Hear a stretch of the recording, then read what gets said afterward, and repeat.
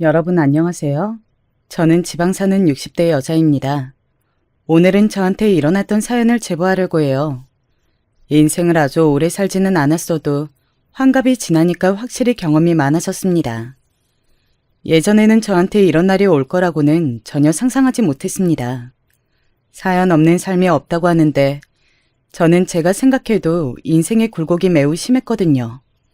도대체 어떤 일이 있었는지 궁금하시죠? 그럼 바로 시작하겠습니다. 저는 고아여서 부모의 얼굴도 모르고 자랐습니다. 그냥 제 인생의 첫 기억 자체가 보육원이에요. 시대가 시대인 만큼 다들 어려웠던 상황이었습니다. 고등학교도 나오지 못한 저는 중학교를 졸업하고 바로 일을 시작했어요. 바닷가에 살았는데 생선을 잡은 배가 들어오면 그 배에 가서 생선을 분류하고 식당에 가서 심부름을 하는 그런 일을 했습니다. 다들 어려웠던 시절이라 배가 고픈 것은 너무 일상이었어요. 열심히 뭐라도 일을 해야 배고프지 않고 먹을 수가 있었습니다. 그렇게 저는 고등학교도 다니지 않고 일부터 시작했어요. 그러다 저는 동네에서 가장 부잣집의 아들과 사랑에 빠졌습니다. 당연히 그 집의 사모님은 저를 너무 싫어했어요. 부모도 없이 학교도 다니지 않는 여자아이를 누가 좋아하겠어요? 사모님은 저만 보면 너무 노골적으로 거지라고 부르며 본인의 아들한테 떨어지라고 하셨습니다. 하지만 사람 마음이 어떻게 딱 없어지나요? 부잣집 아들과 저는 어른들 몰래 밤에 만나면서 사랑을 키웠습니다. 그리고 제가 21살 때 예기치 않은 임신까지 하게 되었어요. 결혼식도 올리지 않았는데 애가 먼저 생기게 되었습니다. 어떡해요. 성철 씨가 분명히 책임진다고 했잖아요. 그런데 저한테 이 동네를 떠나라는 말이 나와요? 사람이 어떻게 그래요? 차라리 저를 데리고 어떻게든 부모님을 설득한다고 해야 맞는 거 아니에요? 아휴, 순자야. 나도 너랑 결혼해서 살고 싶지. 그런데 현실이 그렇지 않은 것을 어떡하니? 결혼이라는 게 사랑으로 되는 게 전혀 아니야. 우리 집의 사업 때문이라도 미숙이랑 결혼해야 해.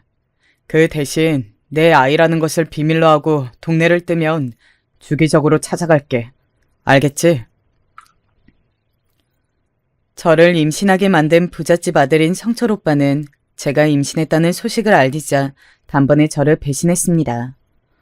그 전까지는 간이고 쓸개고 다 빼줄 것처럼 행동했었어요. 그런데 임신 소식을 듣자 저한테 오히려 동네를 떠나라고 하더라고요. 그때 제 나이가 너무 어리기도 했고 동네를 떠나면 당장 생계가 너무 불투명했습니다.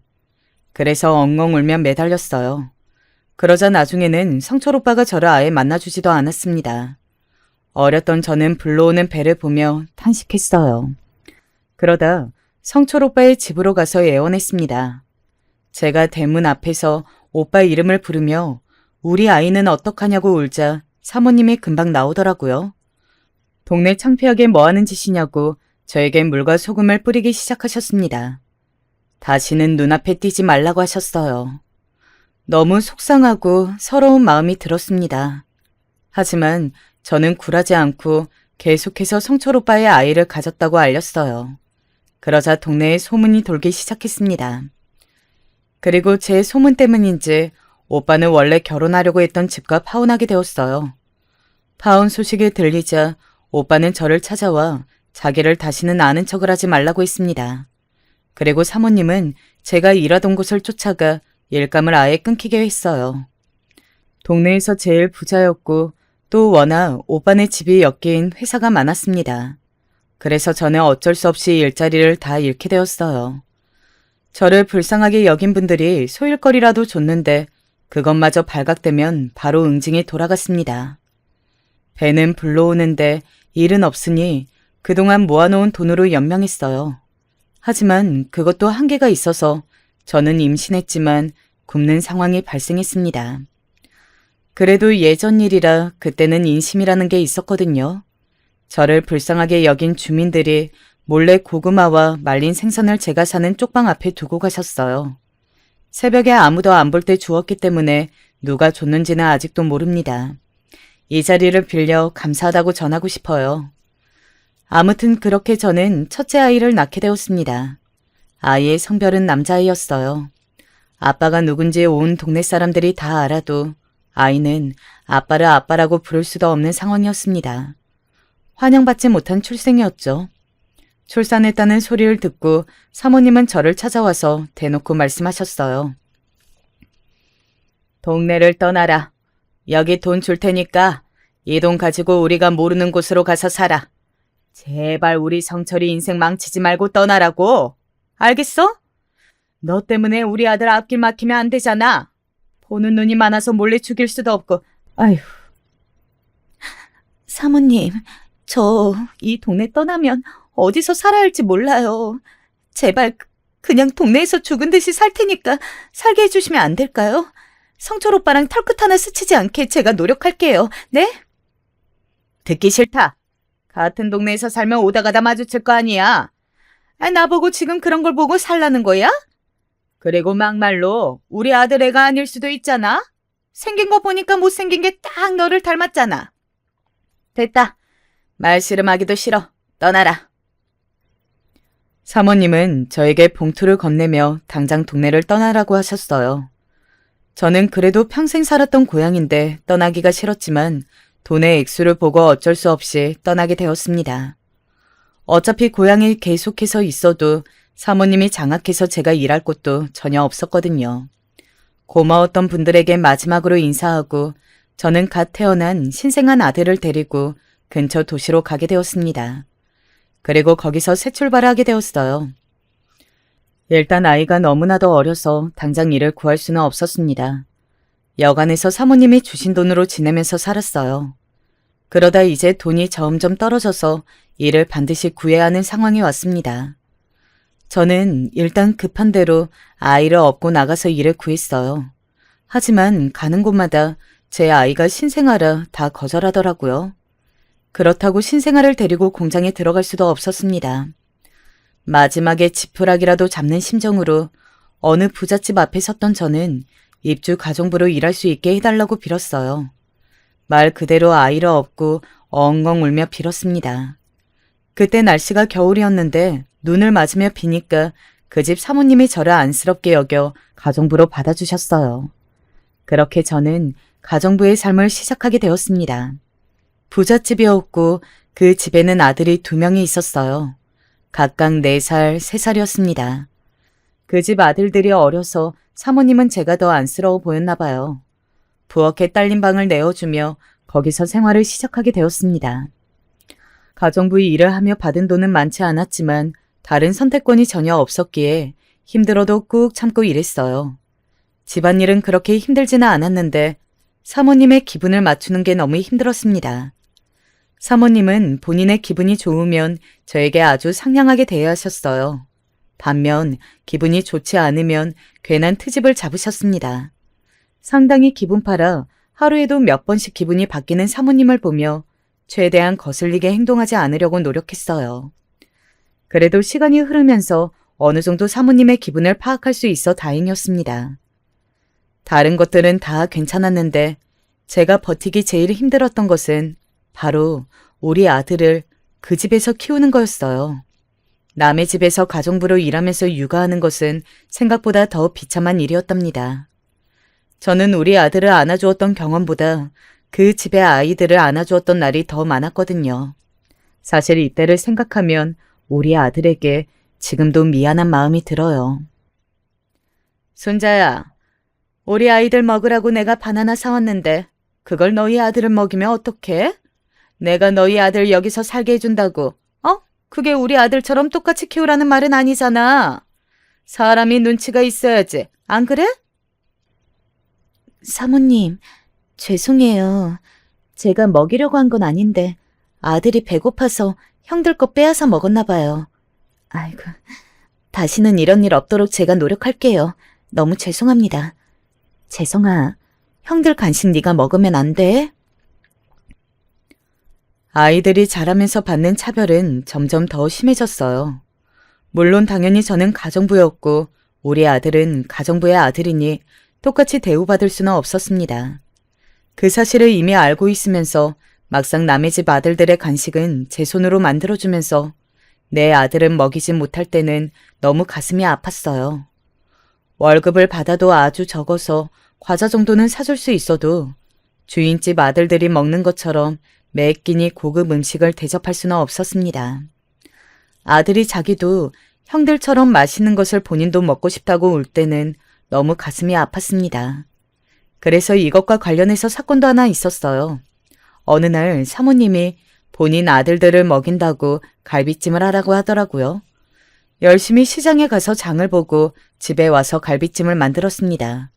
사모님은 갈비는 비싸니까 우리 아들한테 주지 말라고 하셨어요. 저는 속상하고 서운했지만 알겠다고 대답했습니다. 그런데 아들이 냄새를 맡고 갈비찜이 너무 먹고 싶다고 울었어요. 원래는 절대 아들에게 주지 않았는데 그날따라 아들이 너무 심하게 울더라고요. 그때 아들의 나이가 7살이라 한창 먹고 싶은 게 많은 나이이기도 했습니다. 그래서 그걸 몰래 줬는데 하필이면 그걸 사모님에게 걸렸어요. 순자야, 너 지금 장난하니? 내가 몇 번을 말해, 어? 고기처럼 비싼 음식은 우리 아들들만 먹을 수 있다고. 이럴 거면 너 그냥 나가. 나가라고. 내 집에서 당장 나가. 사모님, 죄송해요. 아이가 너무 배고파서 어쩔 수 없이 저도 그랬어요. 한 번만 봐주시면 안 될까요? 네? 제발요. 제가 진짜 다시는 제 성이 부엌에 못 오게 할게요. 사모님은 제가 아들에게 갈비찜을 먹이는 것을 보고 크게 화를 내셨어요. 그러면서 저를 진심으로 내쫓으려고 하셨습니다. 결국 저는 엉엉 울며 무릎까지 꿇고 빌었고 겨우 용서를 받게 되었어요. 그때부터 저는 적은 월급이어도 길을 쓰고 모으기 시작했습니다. 그전까지는 아이한테 주인집 아들들의 반이라도 따라가라고 많이 썼거든요. 그 이후에 아이들이 다 학교에 입학하고는 더 상황이 심각해졌습니다.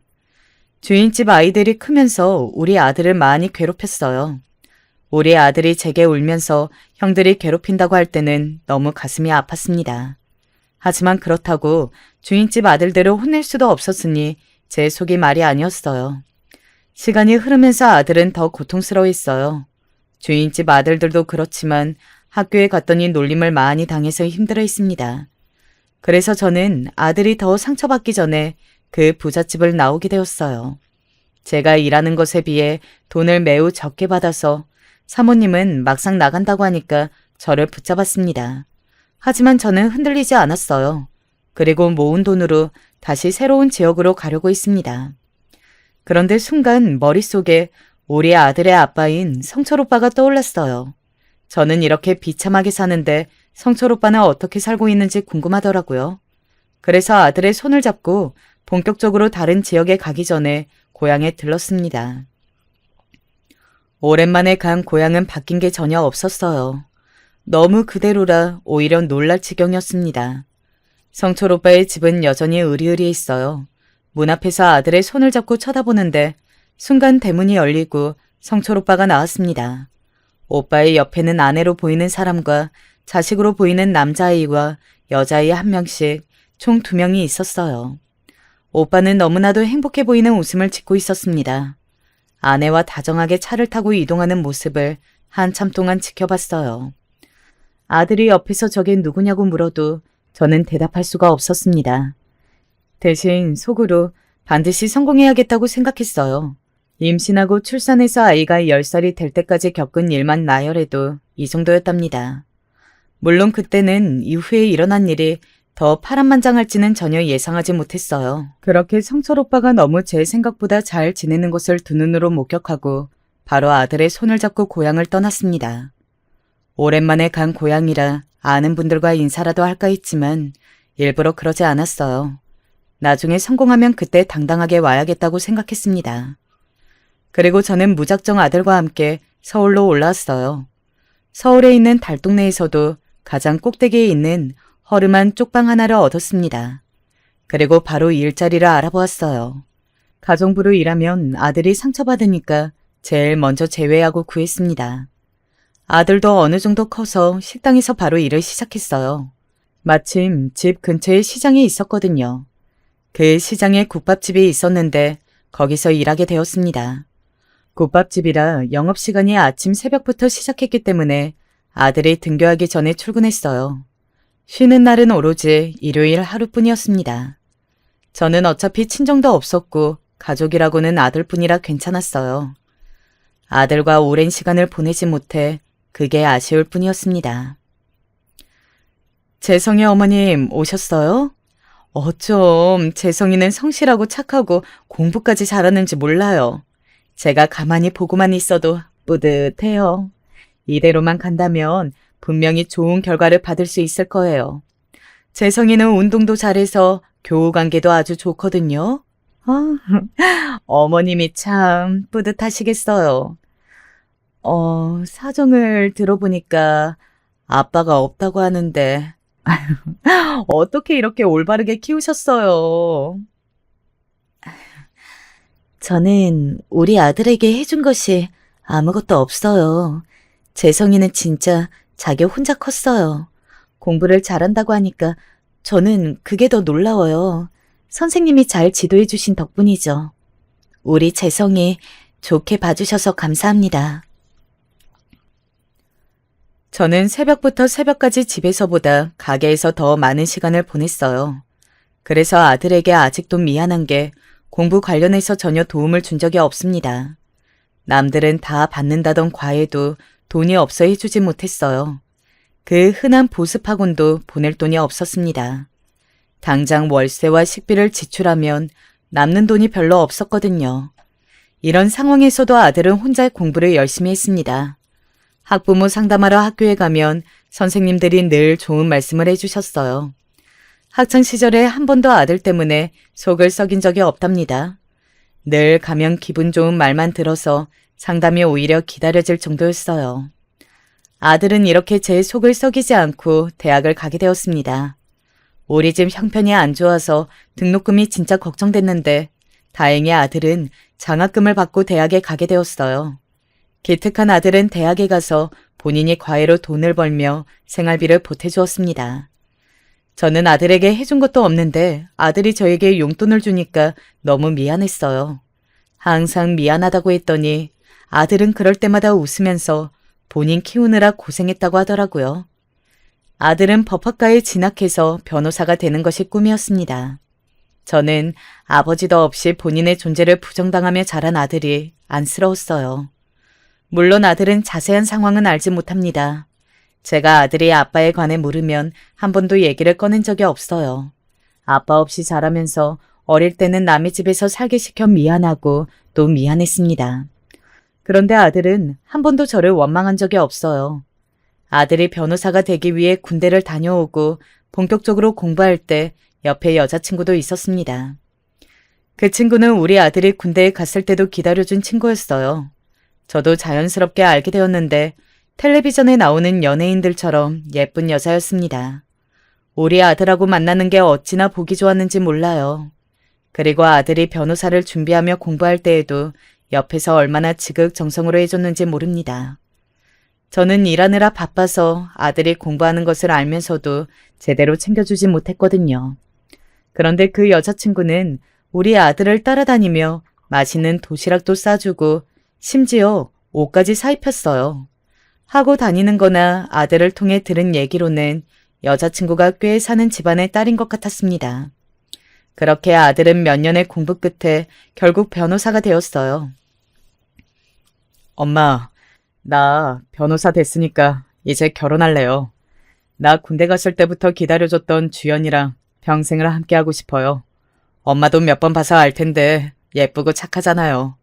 이런 여자라면 나 평생 행복하게 살 수 있을 것 같아요. 그래, 엄마는 너무 좋아. 다만 우리 집이 형편이 안 좋아서 너희 결혼하는데 많은 돈을 주지 못해서 그게 너무 미안하다. 주연이 집에서는 뭐래? 괜찮다고 하셨어? 엄마는 언제든지 환영이야. 사실 주연이네 집이 되게 잘 살잖아요. 부모님이 교수라서 돈이 부족한 집은 절대 아니에요. 그런데 제 사정을 듣더니 어려운 환경에서 열심히 살았다고 오히려 좋으시대요. 결혼 관련해서 드는 비용은 다 본인들이 알아서 하신다고 하셨어요. 엄마는 걱정하지 마세요. 아들은 변호사가 되고 바로 만났던 여자친구와 결혼을 준비하게 되었어요. 저도 이미 몇 번 봐서 아는데 참 착하고 예의 바른 아가씨였거든요. 그런데 여러분도 아시겠지만 결혼은 사랑으로 되는 게 아니잖아요. 아들이 아무리 직업이 변호사라도 제가 전혀 능력이 없으니 현실적으로 걱정을 많이 했습니다. 저도 이런 경우를 대비해서 돈을 모으긴 했는데 턱없이 부족했거든요.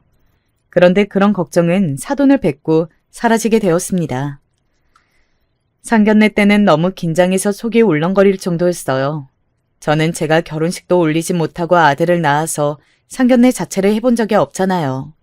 친정 부모님도 안 계셔서 오로지 가족은 우리 아들뿐이었어요. 형제가 있는 것도 아니었고 고향에서 떠나서 지역을 여러 번 옮겨서 아는 사람도 없었죠. 반면 사돈은 두 분이 다 대학 교수였습니다.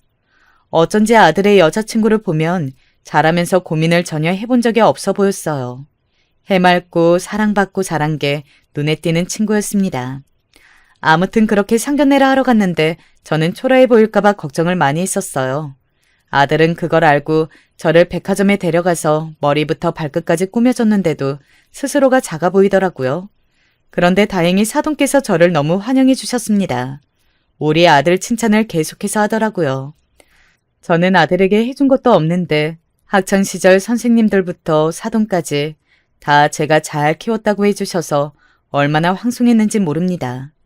결혼식에 들어가는 비용이나 신혼집은 본인들이 알아서 하겠다고 저한테 신경 쓰지 말라고 하는 모습을 보고 참 감사했어요. 필요 없는 예단이나 예물은 생략하고 그렇게 결혼식을 올리게 되었습니다. 저는 아들이 결혼하면 평생 이제 걱정을 안 할 줄 알았어요. 하지만 그건 제 착각이었다는 것을 결혼식 후에 알게 되었습니다. 아들 부부는 신혼여행을 다녀와서 저를 바로 보러 왔어요. 며느리는 어찌나 싹싹한지 저를 위한 가방을 사왔다고 주더라고요. 어차피 들고 갈 곳도 전혀 없었는데 마음이 너무 예뻤습니다. 결혼하고 며느리는 집에서 학생들을 가르쳤어요. 전공이 바이올린이었는데 저도 연주를 들어봤더니 너무 훌륭했습니다. 아들이 결혼하고 한동안 저는 아주 행복했어요. 왜냐하면 며느리가 딸처럼 저를 데리고 여기저기 놀러 다녔거든요. 덕분에 며느리의 어머니인 사돈까지 셋이서 여행도 다닐 정도였습니다. 사돈은 성격이 매우 온화하고 밝은 분이셨어요. 가만히 보고 있으면 모녀가 참 예뻤습니다. 성격이 매우 좋은 며느리 덕분에 제주도로 같이 셋이서만 여행을 다녀온 적도 있어요. 며느리는 중간에서 본인 엄마도 챙기고 저도 챙길 정도로 성격이 좋았습니다. 딸이 없던 저에게 며느리는 딸이 되어주었고 또 친구가 전혀 없는 저에게 사돈은 제 친구였어요. 이렇게 평생 늙어갈 수 있으면 얼마나 좋을까 생각하게 되었습니다. 하지만 그것도 겨우 1년이 지나자 그럴 수가 없었어요. 왜냐하면 사돈이 암에 걸려 투병하게 되었거든요. 세아가, 내가 사돈 돌볼 테니까 가서 넌 할 일 해라, 응? 나는 어차피 이제 몸도 안 좋아서 식당에 나가지도 못하잖아. 사돈 돌보면서 같이 말동무도 하고 안 심심해서 좋아. 그러니까 걱정하지 말고 가서 레슨하렴. 네가 네 인생을 살아야 사돈도 더 행복해 하셔. 어머니, 진짜 제가 너무 죄송하고 또 죄송해요. 우리 엄마를 이렇게 옆에서 간호해주는 게 우리 시어머니라니 저는 믿기지 않아요. 이 은혜 절대 잊지 않을게요. 우리 엄마 잘 부탁드려요. 이따 저녁에 남편하고 다시 들릴게요. 사돈은 갑작스레 쓰러져서 병원에 갔더니 위암이라는 소리를 들었어요. 그리고 점점 상태가 안 좋아지면서 투병 생활을 시작하게 되었습니다. 저는 그때 평생 일해서 몸이 좋지 않았거든요. 그래서 식당 일을 관두고 집에서 할 일이 없으니 사돈 병간호를 자처했습니다. 며느리는 제가 사돈을 간호하자 고마워했어요. 사돈도 아픈 와중에 저에게 고맙다고 계속 말씀하셨습니다. 병간호라는 게 쉬운 일은 전혀 아니지만 그래도 저는 힘들지 않았어요. 워낙 인품이 좋은 사람이라 옆에서 말동무만 해도 시간 가는 줄 몰랐거든요. 그렇게 3년의 투병 끝에 사돈은 하늘로 가게 되었습니다. 그때 며느리가 너무 많이 슬퍼했어요. 저는 평생 엄마와 아빠가 없어서 며느리의 마음을 다 이해하지는 못했습니다. 하지만 너무 슬퍼하는 며느리를 보니 저도 눈물이 나오더라고요. 그렇게 같이 울면서 힘든 시간을 버텨냈습니다. 사실 사돈이 돌아가시기 전에 저에게 따로 말한 게 있어요. 바로 며느리를 부탁한다는 말씀이셨습니다. 염치 없지만 본인 딸이 너무 걱정된다고 하셨어요. 다른 것은 전혀 문제가 되지 않지만 딸 걱정에 편히 눈을 감을 수가 없다고 하셨습니다. 그래서 저는 아들을 데리고 와서 사돈 앞에서 말했어요. 우리가 무슨 일이 있어도 따님을 지켜주겠다고 했더니 그제야 편안한 미소를 지으셨습니다. 저는 이미 그때는 며느리가 제 딸이라고 생각했기 때문에 진심으로 한 말이었어요. 며느리는 본인 엄마가 돌아가시자 저에게 더 잘했습니다.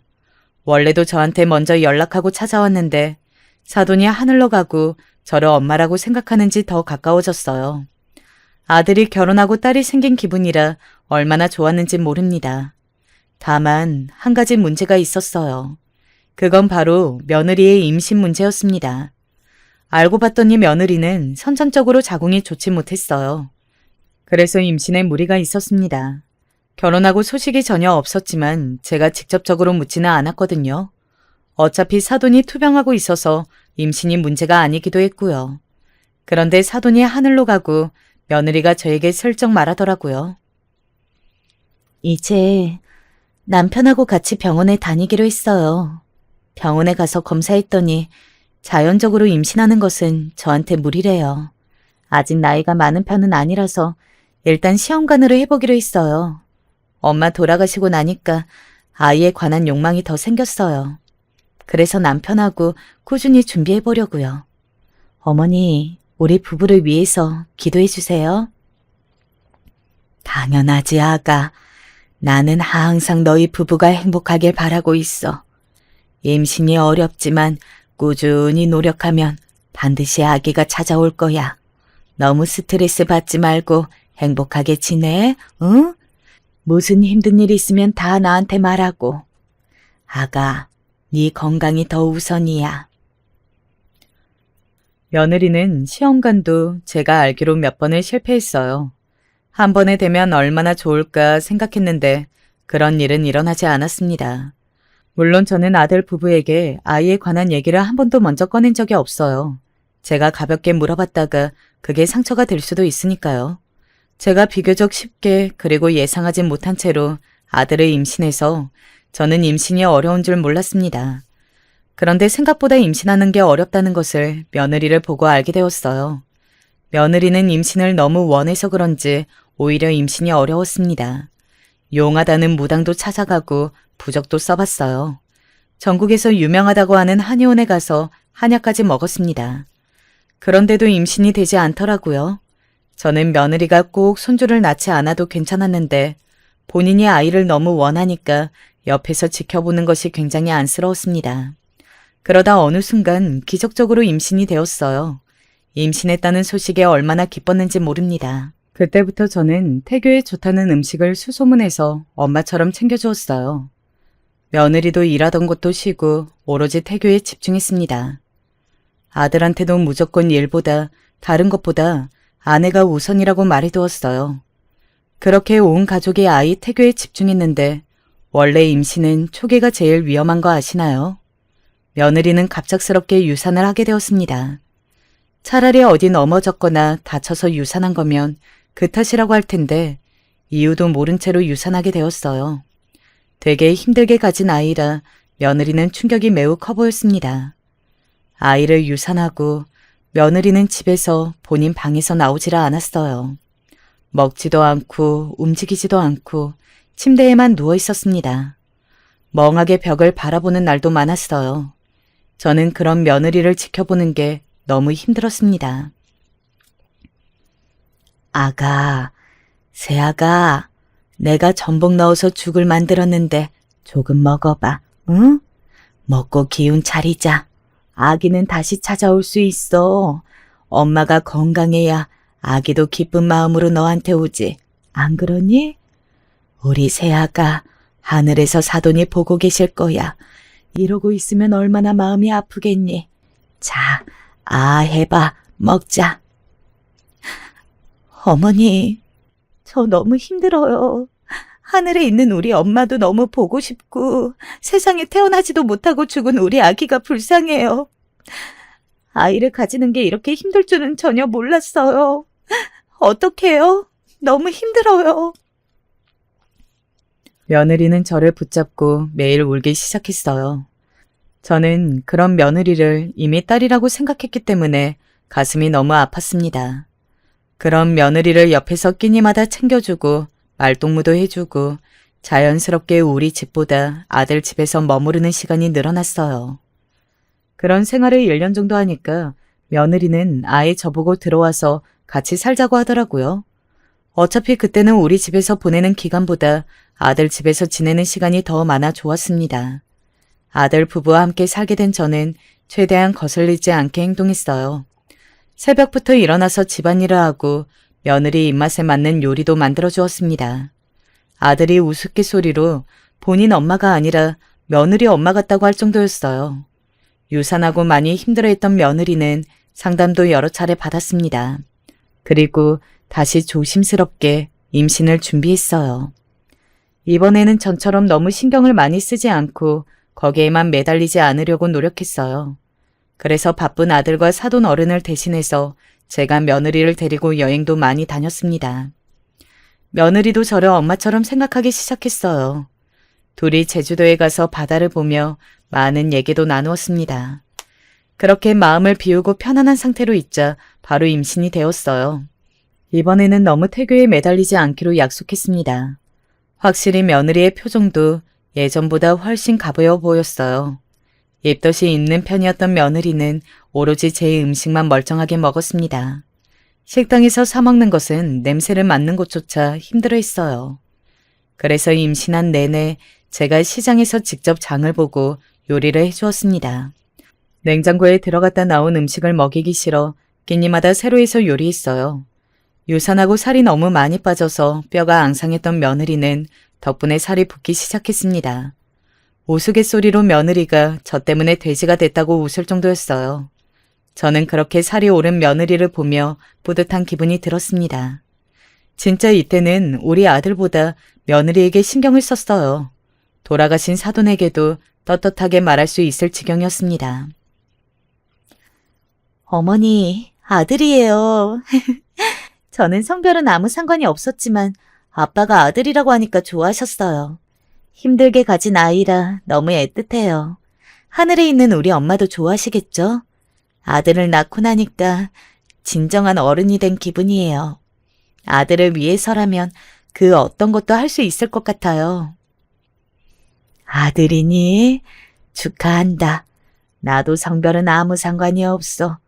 그저 우리 새아가가 건강하길 더 바라고 있지. 아가, 혹시 먹고 싶은 거 없니? 내가 무엇이든 만들어줄 테니까 말해봐. 미역국이랑 죽, 갈비찜 같은 것들은 당연히 해줄 거고. 또 없어?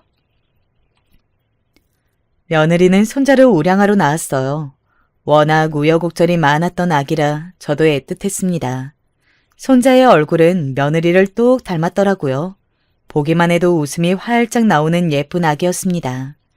사돈 어른은 아들이라고 하니 매우 좋아하셨어요. 확실히 아이가 있으니까 집안의 웃음이 끊이질 않았습니다. 저는 사실 손자를 보고 기분이 너무 이상하기도 했어요. 제가 아들을 가졌을 때 그리고 낳고 나서 너무 힘든 인생을 겪었잖아요. 환영받지 못했던 출산이라 고향에서 쫓겨나기까지 했으니까요. 그래서 그 시절이 너무 괴로워서 아들의 신생아 시절이 기억이 잘 나지 않습니다. 또 너무나도 어렸던 아들을 데리고 남의 집에서 가정부 생활을 해서 눈치 보느라 아들을 어떻게 키웠는지 기억이 안 나요. 그 집 아들들을 키우느라 우리 아들에게 소홀했었거든요. 그래서 아들의 어린 시절을 생각하면 가슴이 아파 일부러 생각하지 않고 있기도 했습니다. 물론 아들은 모든 사실은 알지 못해요. 다만 어렸을 때 같이 살던 주인집 형들에게 많이 맞아서 힘들었다는 것은 술을 마시면 제게 종종 말하곤 했죠. 그렇게 힘든 시절을 겪어서 아들과 저는 어린 시절 얘기를 잘 안 꺼내거든요. 그런데 태어난 손자를 보니까 이제 그런 걱정은 하지 않아도 되잖아요. 며느리는 경제적으로 형편이 좋았고 사돈 어른도 딸과 손자라면 돈을 아낌없이 주는 사람이었거든요. 사는 게 문제가 되지 않으니 확실히 아이의 예쁜 모습만 눈에 보였습니다. 손자에게 그래서 아들에게 주지 못한 사랑을 듬뿍 주어야겠다고 생각했어요. 며느리는 손자를 낳고 손자에게 진짜 지극정성이었어요. 저는 아들을 대충 키웠는데 며느리는 책을 보면서 공부까지 하더라고요. 발달 과정에 맞는 음식을 먹이고 우리 때는 없었던 센터도 다니면서 키웠습니다. 저도 같이 사니까 손자를 많이 봐주었어요. 며느리의 육아 방식을 다 존중하면서 거슬리지 않게 최선을 다했습니다. 확실히 사랑을 많이 받고 자란 손자는 매우 명랑했어요. 어찌나 예쁜지 보고 있으면 시간 가는 줄 몰랐습니다. 확실히 아들이라 활동량이 많기는 했어요. 며느리와 제가 아들이 일하러 간 사이에 둘이나 손자를 돌보는데 둘 다 힘들어서 지치기도 했었거든요. 며느리가 손자를 보느라 본인 몸을 챙기지 못한 것 같아 제가 며느리를 챙겼습니다. 그렇게 우리는 서로를 의지하며 행복하게 살았어요. 손자가 자라면서 사돈 어른까지 데리고 다 같이 여행도 많이 다녔습니다. 가서 찍은 사진들을 먼저 하늘로 간 사돈의 납골당에 가서 사진을 놓고 오기도 했어요. 며느리가 집에서 손자를 보면서 힘들까봐 종종 일부러 아들에게 휴가를 내라고 하고 둘이 오붓하게 여행을 다녀오라고 하기도 했습니다. 저는 혼자 손자를 보는 것이 힘들지 않았거든요. 이렇게 저는 행복하게 평생 살 줄 알았습니다.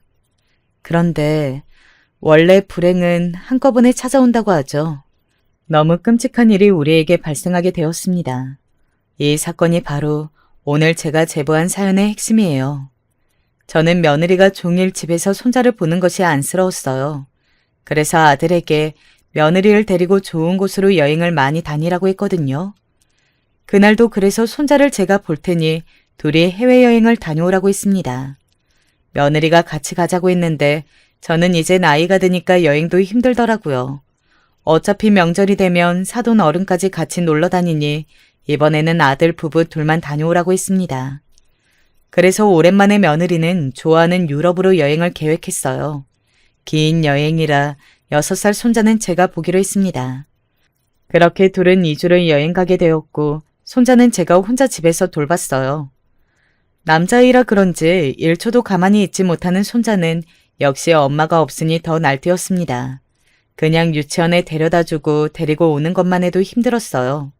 확실히 나이가 드니까 체력적으로 힘이 들었지만 그래도 손자의 얼굴을 보면 힘든 것도 사라지게 되더라고요. 그렇게 손자를 보고 있었는데 유치원에서 손자를 데리고 놀이터에 갔어요. 할머니, 나 아이스크림 먹고 싶어. 어? 나 딸기맛 아이스크림 사줘. 아이스크림 먹으면 그네만 타고 바로 집으로 가서 양치하고 씻을게. 응? 엄마 없을 때 사줘. 아이스크림? 아휴, 알겠어. 그러면 할머니가 여기 바로 앞에 있는 슈퍼에 가서 아이스크림 사올 테니까 여기 가만히 그네 타고 있어. 알겠지? 어디 가지 말고 그대로 있어야 해. 누가 뭐 사준다고 해도 따라가면 안 돼. 알지? 금방 다녀올게. 손자는 유난히 아이스크림을 좋아했어요. 며느리는 손자의 건강을 생각해서 아이스크림을 잘 사주지 않았습니다. 다만 본인이 여행 갈 때는 저한테 특별히 사줘도 된다고 허락했죠. 손자도 그걸 알고 엄마가 없으면 저한테 사달라고 유난히 떼를 쓰고는 했습니다. 원래 손자는 제가 아이스크림을 사온다고 하면 가만히 잘 있었거든요. 그래서 그날도 아무렇지 않게 그네를 태우고 혼자 놀이터 앞에 있는 슈퍼로 향했습니다. 진짜 길만 건너면 있는 곳이라 슈퍼에서도 놀이터가 보이는 가까운 거리였어요. 제가 아이스크림을 하나 사서 슈퍼를 나가는 그 순간이었습니다. 손자가 저를 향해 뛰어오기 시작했어요. 딸기 맛이 아니고 포도 맛을 먹겠다고 소리치며 달려오더라고요. 잠시만, 뛰지 마. 알겠어. 성민아, 어떡해. 성민아, 저기요, 119 좀 불러주세요. 어머, 어떡해. 손자는 저를 보고 달려오다 그만 사고가 나게 되었습니다. 슈퍼로 배달 오는 트럭과 부딪혔거든요. 저는 바로 트럭으로 달려가서 밑에 가서 손자를 보았어요. 손자는 그때까지는 아직 의식이 있던 상태였습니다. 119를 불러서 병원으로 향하는데 평소에 제가 종교가 없지만 하느님과 부처님, 온갖 신들에게 다 빌었어요. 제발 목숨만 살려달라고 얼마나 빌었는지 모릅니다. 병원에 갔더니 의사가 보자마자 바로 수술실로 데려갔어요. 저는 수술실 앞에서 벌벌 떨며 문이 열리길 기다렸습니다. 그리고 아들 부부에게 연락했어요. 하필 유럽이라 제대로 연락이 되지 않더라고요. 급한 대로 사돈 어른에게 연락해서 병원으로 오라고 했고 마침내 아들과 며느리와 연락이 되었습니다. 나중에 아들에게 듣기론 며느리가 손자 소식을 듣고 거기서 정신을 잃고 쓰러졌다고 하더라고요. 바로 비행기표를 끊어 한국으로 오는 아들 부부의 연락을 들었어요. 현실이 믿기지 않아 눈물도 나오지 않았습니다. 손자는 수술이 매우 길었어요. 수술실 앞에서 사돈 어른하고 둘이 초조하게 문이 열리기를 기다렸습니다. 그리고 아들 부부가 도착하기 전에 수술이 끝났고 의사가 말했어요. 죄송합니다. 환자가 너무 어려서 수술을 견디지 못했어요. 이대로 더 수술을 진행하면 아이에게 못할 짓인 것 같습니다. 본인이 너무 힘들어요. 이만 보내주는 게 맞는 것 같아요. 지금 의식도 없습니다. 사돈 어른은 저 소리를 듣고 그 자리에서 풀썩 주저앉으셨어요. 그러더니 목 놓아 울기 시작했습니다. 사돈 어른이 우는 것을 저는 그때 처음이자 마지막으로 보았어요. 그렇게 아들 부부가 도착했을 때는 이미 손자는 하늘로 간 뒤였습니다. 공항에서 바로 달려온 며느리는 얼굴이 눈물로 뒤덮여 있었어요. 죽은 손자를 붙들고 며느리는 한참이나 울었습니다. 듣기가 너무 힘들 지경이었어요. 아들도 오열하고 다들 우는데 저만 눈물이 나오지 않았습니다. 죄책감이 들어서 울면 안 될 것 같았거든요. 그렇게 장례식을 하는데 현실이 믿기지 않고 꿈 같았습니다. 며느리는 장례를 치르는 동안 몇 번을 쓰러졌어요.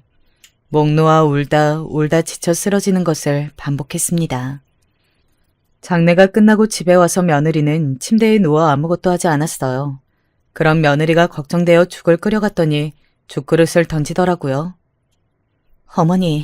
어머니가 우리 성민이 제대로 보고 있었으면 이런 일 없었잖아요. 왜 손자를 죽여요, 네? 도대체 왜 어린 아이를 혼자 놀이터에 두냐고요. 겨우 6살인데 손잡고 같이 슈퍼에 갔어야지 왜 그랬냐고. 내 아들 살려내라고. 며느리는 제 얼굴을 보면 계속해서 원망하며 화를 냈습니다. 저는 그런 며느리를 이해했어요. 워낙 힘들게 유산까지 했다가 다시 생긴 아이잖아요. 게다가 유일한 자식이었고요. 제가 봐줄 테니 마음 놓고 여행을 가라고 했는데 생긴 일이라 얼마나 미안했는지 모릅니다. 며느리한테도 그리고 죽은 손자한테도 너무 미안해서 죄책감이 들었어요. 집을 둘러보면 손자의 흔적이 가득 남아 있었습니다. 냉장고를 열면 손자에게 주려고 사놓은 간식도 많았어요. 거실에는 손자의 장난감이 가득했습니다. 저도 도저히 괴로워서 있을 수가 없더라고요. 아들도 손자가 죽고 잠을 못 자고 거실에서 손자 장난감을 만지며 우는 날이 많았어요. 손자가 떠난 후에 다들 너무 힘들어했습니다. 저는 며느리에게 너무 미안해서 같이 살 수가 없더라고요. 그래서 아들에게 말하고 혼자 고시원에 살고 있었는데 며칠 뒤 아들이 저를 찾아와서 말했습니다. 엄마, 나 이혼하기로 했어요. 아내가 도저히 한국에서 못 살겠대요. 장인어른이 미국으로 넘어간다고 하셨는데 따라가기로 했다고. 이혼하자고 하더라고요. 한국에 살면 자꾸 아들 생각이 나서 살 수가 없대요. 그래서 합의 이혼하기로 했어요. 엄마, 나 너무 힘들어요. 그렇구나. 엄마가 우리 아들한테 참 미안하다. 나 때문에 이렇게 일이 일어났어. 너무 미안해. 진짜 내가 다 잘못이다. 나 때문에 이렇게 된 거야. 미안하다. 며느리는 도저히 이 슬픔을 견디지 못하고 그대로 미국으로 가게 되었습니다. 아들에게 이혼을 요구했고 아들은 그 이혼을 받아들였어요. 저를 원망하던 며느리는 떠날 때까지 제 얼굴을 보지 않았습니다. 저도 죄책감이 너무 커서 며느리에게 연락을 먼저 못하겠더라고요. 그렇게 며느리는 미국으로 가서 연락이 끊기게 되었습니다. 손자가 죽고 힘들어하던 우리 아들은 이혼을 하고 아내까지 잃자 너무 많이 괴로워했어요. 잘 다니던 회사도 그만두고 혼자 집에서 술만 마시더라고요. 그런 아들을 보며 너무 미안해서 제가 세상에서 사라지고 싶었습니다. 아들이 그래도 그동안 모은 돈이 있어 몇 년은 그걸로 버텼어요. 그런데 아들은 날이 갈수록 증상이 심각해졌습니다. 술을 물처럼 마시면서 살았어요. 목류병도 걸리고 불면증에 온갖 정신적인 이상 증상은 다 나타났습니다. 어느 날은 허공을 바라보며 헛소리까지 하더라고요. 혼자서만 그러면 상관이 없는데 급기야 집을 나가 주민들에게까지 욕하기 시작했습니다. 멀쩡하게 변호사로 활동하다 저렇게 된 게 다 제 탓이었어요. 제가 손자만 잘 돌봤으면 그런 일은 일어나지 않았을 거잖아요. 너무 미안해서 그런 아들에게 절대 뭐라 하지 못하겠더라고요. 아들이 모은 돈으로 결국 아들의 병원비로 다 쓰게 되었습니다. 강제로 병원에 입원시켰는데 돈이 만만치 않더라고요. 대출을 받아 메꾸고 제가 늙은 몸으로 건물 청소도 하면서 병원비를 해결했어요. 그렇게 시간이 흐르고 흘러 10년이 흐르게 되었습니다. 10년이 지나니 아들은 예전보다 괜찮아져서 입원은 하지 않아도 되었어요. 하지만 예전처럼 정상적으로 변호사 일을 계속할 수는 없었습니다. 그래도 겉으로만 보면 멀쩡한 사람처럼 보여 그나마 다행이었죠. 하루 벌어 하루 먹고 사는 형태로 힘들게 살고 있었어요. 빚은 늘어났지만 아들이 조금씩 정상적인 사람처럼 행동해서 다행이라고 생각했습니다. 물론 사는 게 쉽지는 않았어요. 배가 고파도 먹고 싶은 것을 다 먹을 수는 없었습니다. 며느리와 살던 집은 며느리의 명의라 아들과 작은 원룸에서 둘이 살았어요. 그러던 어느 날이었습니다. 우리 집 앞에 어떤 택배가 와 있었어요. 시킨 게 없는데 택배가 와서 의아했는데 제 앞으로 온 택배더라고요. 그리고 그 택배를 열고 저는 너무 놀라 아무 말도 할 수가 없었습니다. 택배 안에 뭐가 있었는지 아세요? 바로 제가 손자를 키우면서 쓴 육아 일기장이 있었어요. 손자가 태어나고 저는 아들을 다시 키우는 기분이 들었다고 했잖아요. 제가 해줄 수 있는 것이 딱히 없어서 흘러가는 시간이 아까워서 매일 일기를 썼습니다. 아기가 자라면서 일부러 사진을 많이 찍었는데 그걸 다 기록했거든요. 며느리는 그런 손재주가 없다면서 제가 쓴 육아일기를 참 많이 좋아했어요. 손자가 죽고 당연히 유품 정리할 때 버린 줄 알았는데 그게 택배로 온 거였습니다. 그렇다면 이 택배는 며느리가 보낸 거잖아요. 자세히 보니 편지가 하나 있더라고요. 어머니, 저 며느리예요. 그동안 잘 지내셨어요? 세월이 흘러 10년이 지났네요. 너무 괴롭고 힘들어서 도망치듯 미국으로 와서 지냈어요. 처음에는 한국을 떠나면 모든 것이 괜찮아질 줄 알았는데 그러지 않더라고요. 와서 새로운 사람을 만나려고 해도 쉽지 않았습니다. 그리고 그동안 제 인생을 돌이켜봤는데 어머님이 저한테 베푼 사랑이 얼마나 위대했던 건지 깨닫게 되었어요. 사실 얼마 전에 우리 아버지가 하늘로 가셨어요. 아버지까지 떠나보내니까 어머님 생각이 그렇게 나더라고요. 그래서 다 정리하고 한국으로 가려고 해요. 힘들 때마다 육아 일기장을 보면서 버텼어요. 어머님, 저 다시 받아주세요. 그럼 한국에서 봬요. 며느리의 편지를 보고 저는 엉엉 울었습니다. 손자가 죽었을 때는 현실이 믿기지 않아 눈물이 나오지 않았거든요. 그런데 며느리의 편지를 보고 너무 반가워서 눈물이 나왔어요. 그리고 며느리는 진짜 얼마 후에 한국으로 왔습니다. 공항에서 귀국한 며느리를 보는데 10년이 흘러도 그대로더라고요. 둘이 부둥켜 안고 얼마나 울었는지 모릅니다. 며느리가 한국에 오고 저에게 많은 변화가 생겼어요. 사돈어른의 막대한 재산을 물려받은 며느리는 바로 우리와 함께 살기 시작했습니다. 아들도 며느리가 한국에 오자 갑자기 상태가 괜찮아졌어요. 술을 더 안 마시고 잠도 잘 자는 모습을 보고 며느리에게 고마웠어요. 10년 동안 미국에서 혼자 생각했어요. 어머님이 우리 엄마 병간호 해줬던 거랑 우리 아들 얼마나 사랑으로 돌봐주셨는지 누구보다 제가 더 잘 알아요. 아들이 죽고 제정신이 아니라 어머님께 원망했던 제 자신이 부끄러웠어요. 우리 남은 인생은 서로 의지하며 살아요.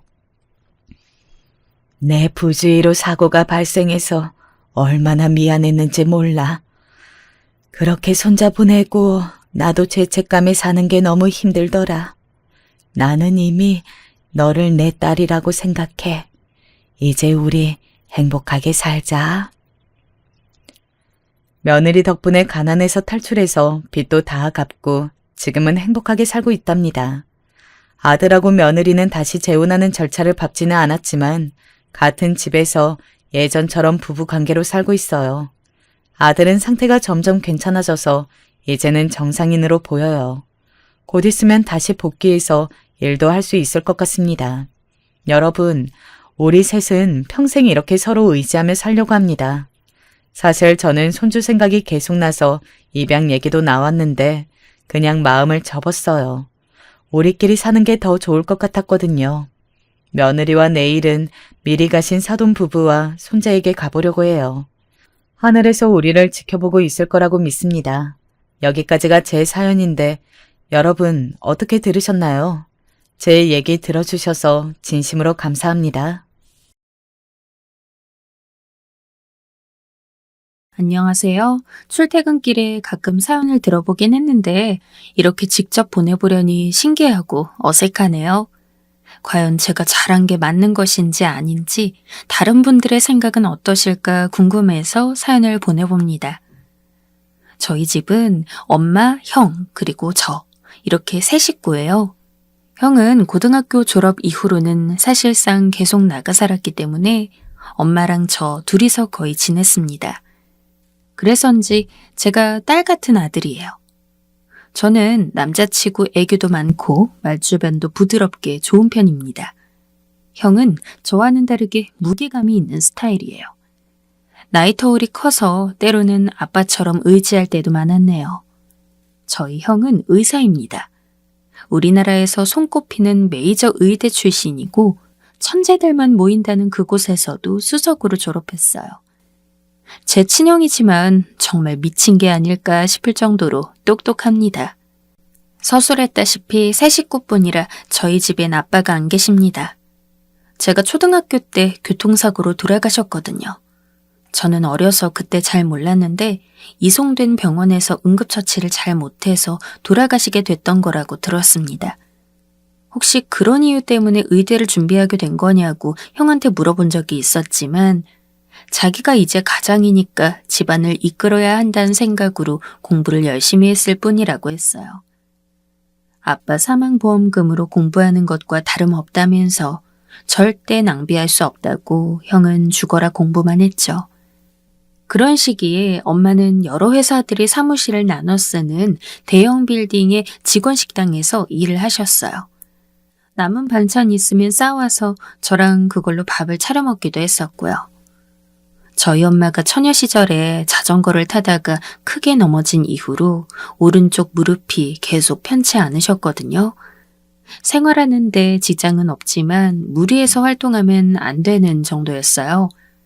저 낳고 나서 작은 사무실에서 일하시던 것마저 그만두셨는데 아빠가 돌아가시면서 몇 달 지나지 않아 생계를 위해 직원 식당 일을 하시게 된 거였죠.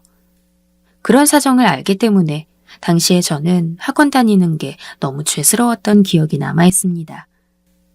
밤마다 자기 전에 엄마 다리를 주물러 드리고 무릎에 파스를 붙여드리는 것밖에 할 수 없는 제 자신이 싫어서 형처럼 명문대학에 꼭 가겠다고 다짐했었어요.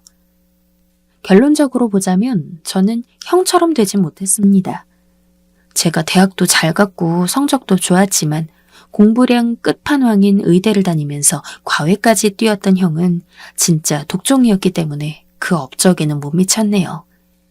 이렇듯 형은 집안의 자랑이자 아빠가 돌아가시고 저희 집에 신경 써줄 형편의 친척들이 없었던 상황에서 유일하게 믿고 기댈 수 있는 기둥이었습니다. 솔직히 형도 그땐 어렸는데 얼마나 힘들었을까 싶어요. 형이 털어놓기를 너무 지칠 때면 제 생각하면서 무너지지 않고 버텼다 하더라고요. 형제끼리 이런 경우가 드물 거라 생각하는데 저희 형은 세상에서 가장 사랑하는 사람으로 저를 꼽는 사람입니다. 저 학창시절에 형이 진지하게 당부한 부분이 있었는데요. 바로 저를 괴롭히거나 왕따시키는 놈 있으면 자기한테 꼭 말하는 거였죠. 혹시 친구가 아니라 선생님이 그럴지라도 자기한테 말하면 반드시 해결해주겠다고 했어요. 그때 형이 군인이어서 머리도 빡빡이었는데 눈 부라리면서 그러니까 공포더라고요. 학교 일진보다도 더 무서웠어요. 그렇게 저를 아끼는 형이 저에게 주입시킨 것이 하나 있습니다. 엄마 속 썩이면 가만 안 두겠단 거예요. 무조건 제 편인 형이 유일하게 안 봐주는 영역이 바로 엄마입니다. 엄마 속상하게 만들면 아무리 저라도 두드려 패겠다는 것이 형의 지론인데요. 그래놓고는 제가 살면서 본 엄마의 모습 중에 가장 머리 싸매고 힘들어 보인 모습의 원인은 형이었습니다. 대쪽 같은 형은 의대를 나와 기어이 의사까지 된 장한 아들이었으나 저희 엄마를 수심 깊은 사람으로 만들어버렸어요. 왜냐하면 단 한 번도 엄마에게 여자친구라는 존재를 들이민 적이 없었기 때문입니다. 형이 벌써 나이가 30 중반이 넘어가는데 이대로 혼자 늙어 죽는 거 아니냐고 엄마의 걱정이 날로 들어갔죠. 제가 연예인을 예로 들면서 요즘엔 남자 나이 40도 괜찮다고 아직 형은 여유가 있다고 말을 해줬는데도 엄마를 달래기엔 역부족이었어요. 여자가 없는 이유가 뭐고 결혼을 안 서두르는 이유는 또 뭐냐면서 엄마는 틈만 나면 형을 들들 볶으려 했고 제가 중간에서 아주 애를 써야만 했습니다. 거의 형을 엄마의 잔소리로부터 보호해주는 역할이었죠. 힘들게 공부해서 성공을 이뤄냈고 사랑하는 가족을 부양하며 행복하게 지내는 형의 사생활을 존중해 주어야 마땅했으니까요. 그런데 엄마의 심정도 10분 이해가 갔습니다. 그럴 수밖에 없는 게 저희 형이 비단 의사 타이틀을 가졌을 뿐만 아니라 외모가 정말 괜찮거든요. 엄마의 왕방울만한 눈매를 똑 닮아서 이목구비가 뚜렷한 미남입니다. 인정하기 싫지만 냉정하게 제가 외모로 형한테 한 수 접고 들어가요. 얼굴 잘생겼지, 머리 좋지, 직업까지 멋있지. 그렇다고 성격에 하자가 있는가 하면 그것도 아닙니다. 안에서 안 새는 바가지가 밖에서도 안 새더라고요.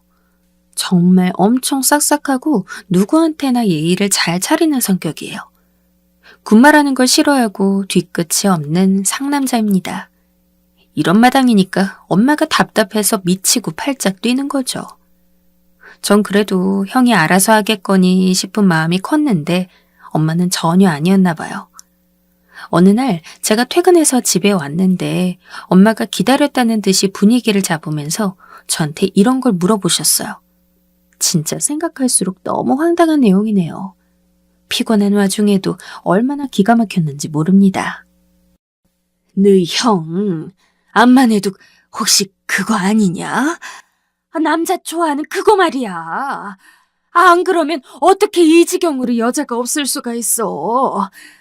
너 뭐 아는 거 있지? 엄마한테 솔직히 말해봐. 세상에, 어쩌다 그런 추측을 하신 건지 너무 당황스러웠어요. 하다 이제는 혹시 형이 동성애자가 아닐까 하는 의심까지 품으신 겁니다. 엄마가 집에서 적적해 하시고 TV에서도 별로 볼 게 없다고 하시길래 유행하는 OTT를 알려드렸거든요. 외국 작품들이 많다 보니 그걸 보시다가 형 생각이 난 모양이었죠. 역시나 시청 목록을 살펴보니까 성문화의 개방적인 유럽 작품들이 있더라고요. 그런 거 절대 아니라고 엄마를 진정시켜드리고 형한테도 이런 해프닝이 있었다고 알려줬습니다. 형이 웃겨 죽으려고 하면서도 내심 생각이 많아진 것 같았어요. 이성 문제에는 엄청나게 취약해서 그동안 선짤이 들어오는 것도 대부분 거절했었는데 이번에는 제의를 한번 받아봐야겠다고 한 걸 보면 말이죠. 마침 가까운 선배가 형을 좋게 봐줬고 되게 좋은 조건을 가진 여자와 연결해주고 싶다는 말을 한 참이었다고 합니다. 형이 망설이는 눈치길래 제가 무조건 일단은 상대 여자랑 직접 만나보라고 했어요. 그랬더니 그 맞선을 수락해서 자리에 나갔더라고요. 정말 놀랍게도 형은 그렇게 만나게 된 상대와 연애를 시작했습니다. 암만 엄마가 난리를 쳐도 자기가 마음 가는 상대가 아니면 결코 연애는 하지 않던 형이었는데 그런 사람이 스스로 데이트를 시작한 겁니다. 와, 이런 게 운명인가 보다 싶었네요. 역시 사람은 늦게 만나든 일찍 만나든 각자의 짝이 존재한다는 생각이 피어올랐죠. 둘 다 결혼 정년기에 훌쩍 들었다 보니 만난 지 이제 2달이나 됐을까 싶은 참에 결혼 얘기를 자연스레 나누게 되었다고 해요. 이때부터 저는 예비 형수가 생기게 된 셈이었죠. 그리고 형이 그런 소식을 저랑 엄마한테 전하면서 얼마 안 있으면 엄마 환갑이니까 같이 저녁 자리 갖는 건 어떠냐고 했습니다. 예비 형수가 먼저 그렇게 하고 싶다는 의사를 보였다는 얘기를 듣자마자 저희 엄마 입이 아주 귀에 걸렸습니다. 저희 식구 3명에 예비 형수까지 넷이서 고급 한정식 집에서 저녁을 먹게 됐어요. 단아하게 차려입은 예비 형수는 굳이 자기소개를 하지 않아도 부잣집 아가씨란 걸 알 수 있을 정도로 분해가 났습니다. 아버지는 사업하고 어머니는 피부과 원장이고 남동생은 외국에서 공부 중이라는 간략한 가족 속의 구성원으로 아주 걸맞아 보이더라고요. 제가 여자친구의 영향으로 여자들한테 인기 많은 명품 라인이 뭔지 꿰고 있는 편인데 예비 형수가 들고 나온 가방은 아무래도 한정판이 분명해 보였습니다. 어머님께서 관절 쪽이 안 좋으시다고 들은 것 같아서 일부러 좌식 없는 룸으로 골랐어요. 음식은 입맛에 괜찮으세요? 게다가 예비 형수는 말투도 상냥했습니다. 초반에는 긴장으로 굳어있는 듯 보이던 엄마도 점차 편해졌는지 연신 웃음을 지으셨죠. 화기애애한 분위기의 절정은 예비 형수가 저희 형이 너무 마음에 들어서 꼭 결혼하고 싶다며 조르듯 말하던 순간이었습니다. 누가 쑥맥의 정석 아니랄까봐 형이 어색하게 헛기침을 하는 동안 저랑 엄마는 박수까지 치면서 예비 형수의 발언에 신나게 찬성해줬어요. 엄마는 마음 같아선 당장 다음 주라도 결혼시키고 싶다는 주책 발언도 하셨고요. 그만큼 형이 결혼 상대를 마침내 데려온 것에 고무되신 듯 했어요. 아유, 처음 얘기 들었을 때도 어쩜 이렇게 잘난 아가씨가 다 있나 했어요. 오늘 직접 만나보니 더 좋네요. 우리 큰 녀석이랑 만나줘서 고맙고 결혼 생각해줘서 또 고마워요. 내가 배운 게 없는 사람이거든요. 나는 국민학교만 간신히 나와서 배움이 짧은 사람인데 아들이 알아서 잘 커주는 바람에 이런 호사를 누리는 것 같아요. 우리 효자 아들 잘 부탁합니다. 분명 좋은 남편이 되어줄 거예요. 이제 슬슬 일어나는 분위기 속에서 엄마가 예비 형수에게 건넨 말에 옆에서 듣던 제 가슴이 다 벅차올랐습니다. 표정을 보아하니 형도 감동받은 눈치였죠. 그렇게 훈훈한 마무리가 되겠구나 싶은 찰나 반전이 일어났어요. 예비 형수가 뱉은 말에 저는 제가 잘못 들었나 싶어서 어리둥절해졌습니다. 국민학교만 나오셨다고요? 그럼 중졸도 아니고 초졸이란 말씀이신가요? 아, 저는 오빠한테 그런 얘기는 전혀 못 들었는데 오빠가 머리 좋은 게 어머님 유전은 아니었나 보네요. 저는 너무 당황스러웠지만 엄마가 그냥 웃어 넘기길래 저 혼자 쎄한 느낌을 받은 건가 싶어서 그냥 가만히 있었습니다. 예비 형수가 그 후로 잘 웃고 헤어질 때도 인사를 명랑하게 잘하는 것에 그 발언은 제가 너무 부정적으로 받아들인 것이라고 생각했죠. 사실 그게 낌새였는데요. 그쪽 집안에서도 저희 형을 마음에 들어했고 상견례 날짜를 잡는 가닥으로 흘러갔습니다. 저랑 예비 형수는 간간히 연락을 주고받으면서 꽤 친해졌어요. 둘 다 말수가 많고 외향적이라 그런지 대화가 잘 통했습니다.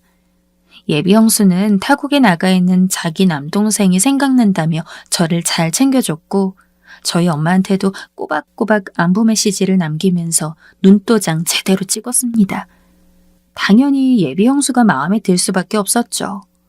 그런데다가 상견례 날짜 잡히면서 형이 저한테 귀띔해 주기를 예비 형수네 쪽에서 개인 병원을 차려줄 계획이 있다는 겁니다. 그쪽은 워낙 재력도 탄탄하게 받쳐주다 보니까 의사 사위를 밀어주려는 것 같았어요. 얘기만으로도 대박이었죠. 그런 대단한 조건을 가진 집안의 딸을 사로잡다니 저희 형이 정말 멋져 보였어요. 저희 형이 객관적으로 잘났지만 예비 형수 쪽은 아무래도 스케일이 컸으니까요. 집안과 별개로 놓고 봐도 예비 형수 스펙이 만만치 않았어요. 이대 졸업 후에 예술 공부한다고 유학도 잠깐 다녀왔었다 하고 인테리어 소품샵을 성공적으로 운영 중인 사업가였으니까요. 인스타 팔로워도 엄청나게 많았습니다. 이런 사람이 봐도 저희 형이 정말 괜찮은 사람인가 보다 싶어서 어깨가 으쓱했네요. 하긴 하자했어서 이때까지 장가를 못 간 게 아니라 어쩌다 보니 자의로 안 간 희귀 케이스가 드물긴 하죠. 연애에 한눈 팔면 배움에 소홀해진다고 수도승처럼 살았던 저희 형이 드디어 상견례라는 걸 2주 앞두게 됐습니다. 그 기간 동안 예비 형수는 저희 집에 3번을 놀러왔어요. 저랑 엄마 들여다본다고 방문해서는 맛있는 조각 케이크랑 구움 과자 같은 걸 주고 갔었고요. 마지막 3번째 왔던 날엔 같이 저녁을 먹었습니다. 결혼하면 예비 형수가 식구들한테 너무 잘할 것 같다고 엄마가 엄청 좋아하셨어요. 딸이 없기 때문에 이렇듯 살가운 며느리가 더 환영이라면서 말이죠. 예비 형수가 잠깐 화장실에 간 사이에도 저에게 아주 칭찬을 늘어놓으셨습니다. 아유, 사근사근하면서도 어쩜 이래 명랑할까? 어른 제대로 공경할 줄도 알고 100점 만점에 1000점 주고 싶은 며느리야. 너도 네 형수님한테 괜히 까불지 말고 앞으로 더 잘해. 알았지? 제가 어련히 잘할 텐데 자꾸만 당부하는 엄마를 보면서 웃음이 났네요. 상견례를 사흘 앞둔 그날 저녁은 그렇게 화목한 분위기 속에서 마무리되었습니다. 수육에다 와인을 곁들여 마셨는데 기분이 좋아서 그런지 좀 많이 마신 상태였어요. 숙성된 와인의 후폭풍이 뒤늦게 올라와서 알딸딸한 상태로 제가 예비 형수를 바래다 주러 함께 집을 나섰습니다. 택시를 잡으러 큰 길가로 나가고 있는데 길목의 편의점을 보고는 갑자기 예비 형수가 맥주 한 캔씩만 더 하자는 거예요. 늦은 시간도 아니라 괜찮을 것 같았고 무거운 와인을 마셨더니 가벼운 맥주가 땡기긴 하더라고요. 그래서 살짝 고민하다가 그러자고 했습니다.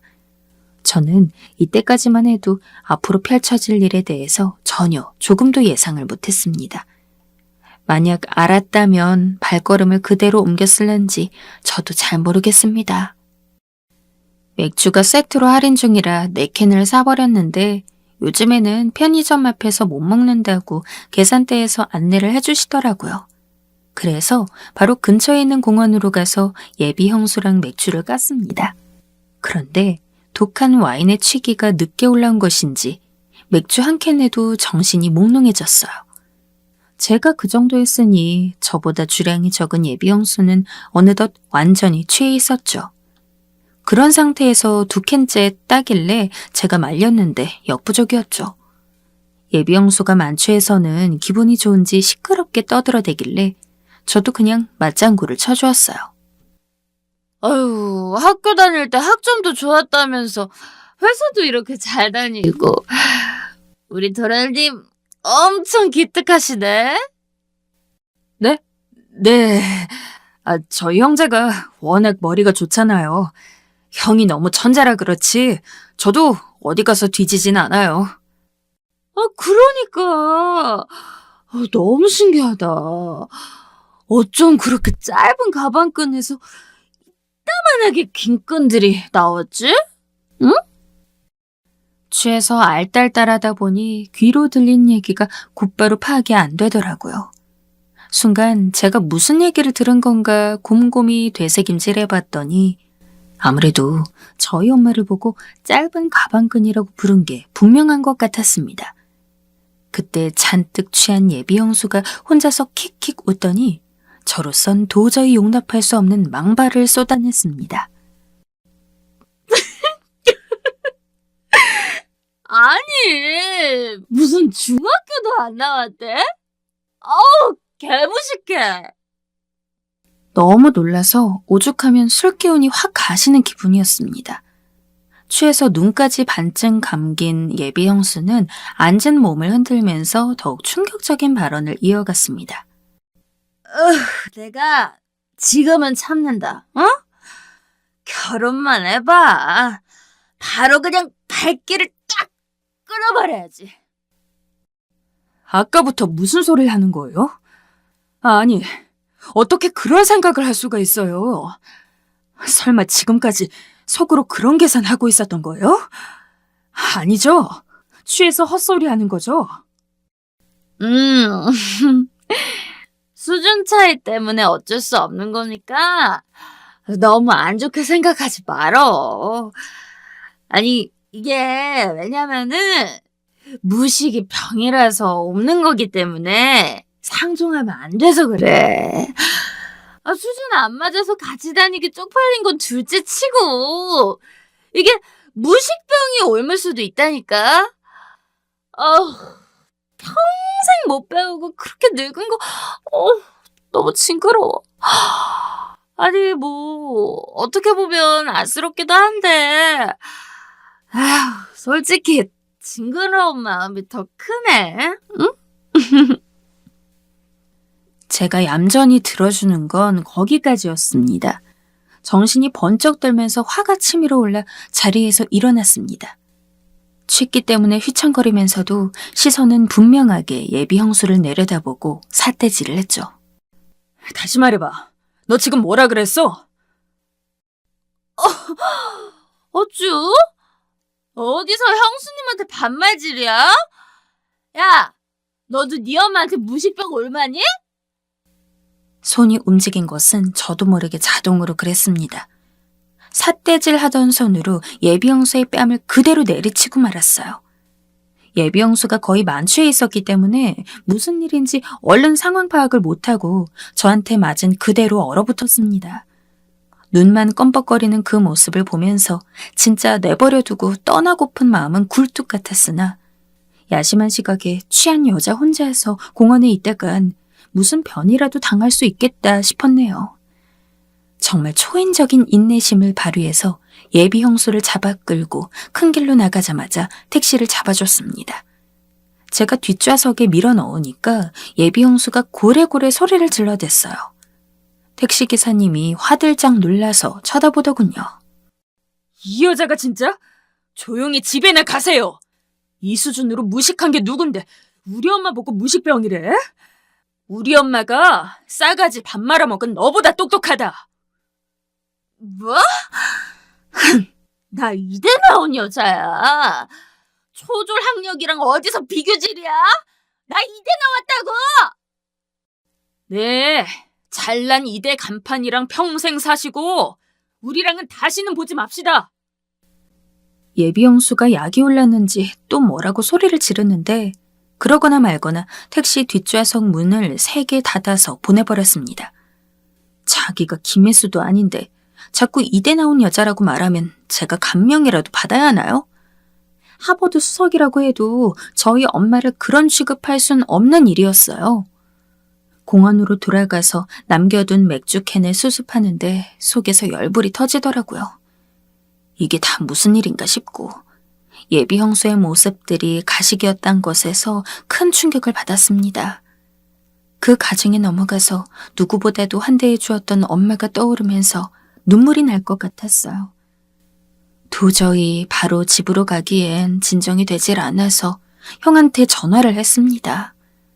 취하기도 취했고 감정도 들끓어오르니까 말이 똑바로 안 나갔는데 그래도 예비 형수의 숨겨진 본심을 봐버려서 둘 사이를 지지해 줄 수 없다는 의사표현 정도는 분명히 했습니다.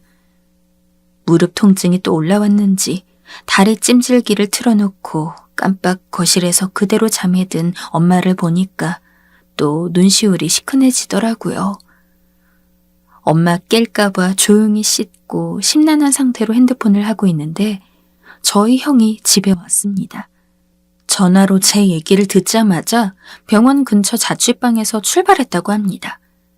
자정이 다 된 시간이었지만 바로 달려온 형을 보면서 정말이지 저희 형다운 실행력이라는 생각이 들었네요. 형은 전화로 들은 제 목소리가 많이 취한 것 같길래 진위 여부가 정확히 어떻게 되는지 궁금해서 달려왔다고 했습니다.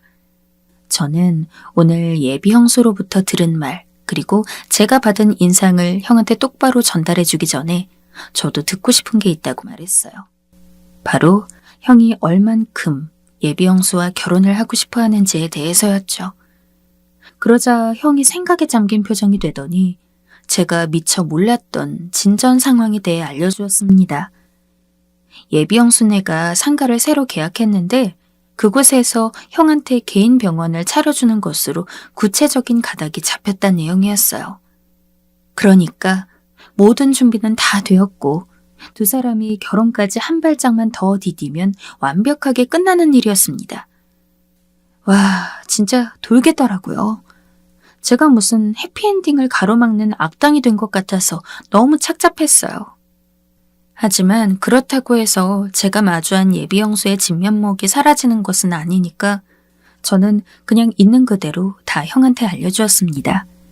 형은 단 한마디도 끼어들지 않고 제 얘기만 묵묵히 들었고요.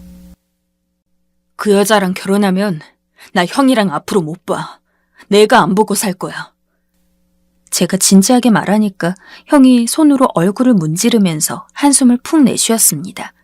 그리고 그 늦은 시간에 굳이 자취방으로 돌아갔어요. 저는 새벽에도 잠이 안 와서 눈만 말똥이 뜨고 있다가 출근했습니다. 하루 종일 피곤하고 머리에 잡생각이 많아서 일이 안 잡히더라고요. 그렇게 터덜터덜 무거운 발걸음으로 퇴근까지 했는데 집에 오니까 형이 와 있었습니다. 오래간만에 세 식구끼리 집에서 저녁을 먹었어요. 혹시 저 오기 전에 형이 엄마랑 무슨 얘기라도 나눈 것인가 싶어서 밥을 먹는 동안 눈치 살피느라 바빴네요. 엄마가 이상할 만큼 차분해 보였거든요. 밥 먹고 나서 형이랑 방에 들어와 따로 대화를 했습니다. 형은 저보다도 훨씬 피곤한 얼굴이었는데 어딘가 후련한 기색이었습니다. 서로 이견이 있어서 결혼은 힘들 것 같다고 엄마한텐 그 정도로만 우선 말해놨다. 너도 쓸데없는 말 얹지 말고 알아서 잘 처신해. 진짜? 형, 그럼 그 여자랑 결혼 안 하는 거야? 당연하지. 이미 쫑났어, 임마. 형, 그런데 병원 차려서 나가고 싶어 했잖아. 그거 놓쳐도 괜찮은 거야? 아쉬워도 별 수 없지. 아무리 그래도 엄마 무시하는 여자랑은 절대 결혼 못해. 역시 저 형이었습니다. 하루 만에 상황 종료 때리는 모습에 정말 감탄사가 절로 나왔네요.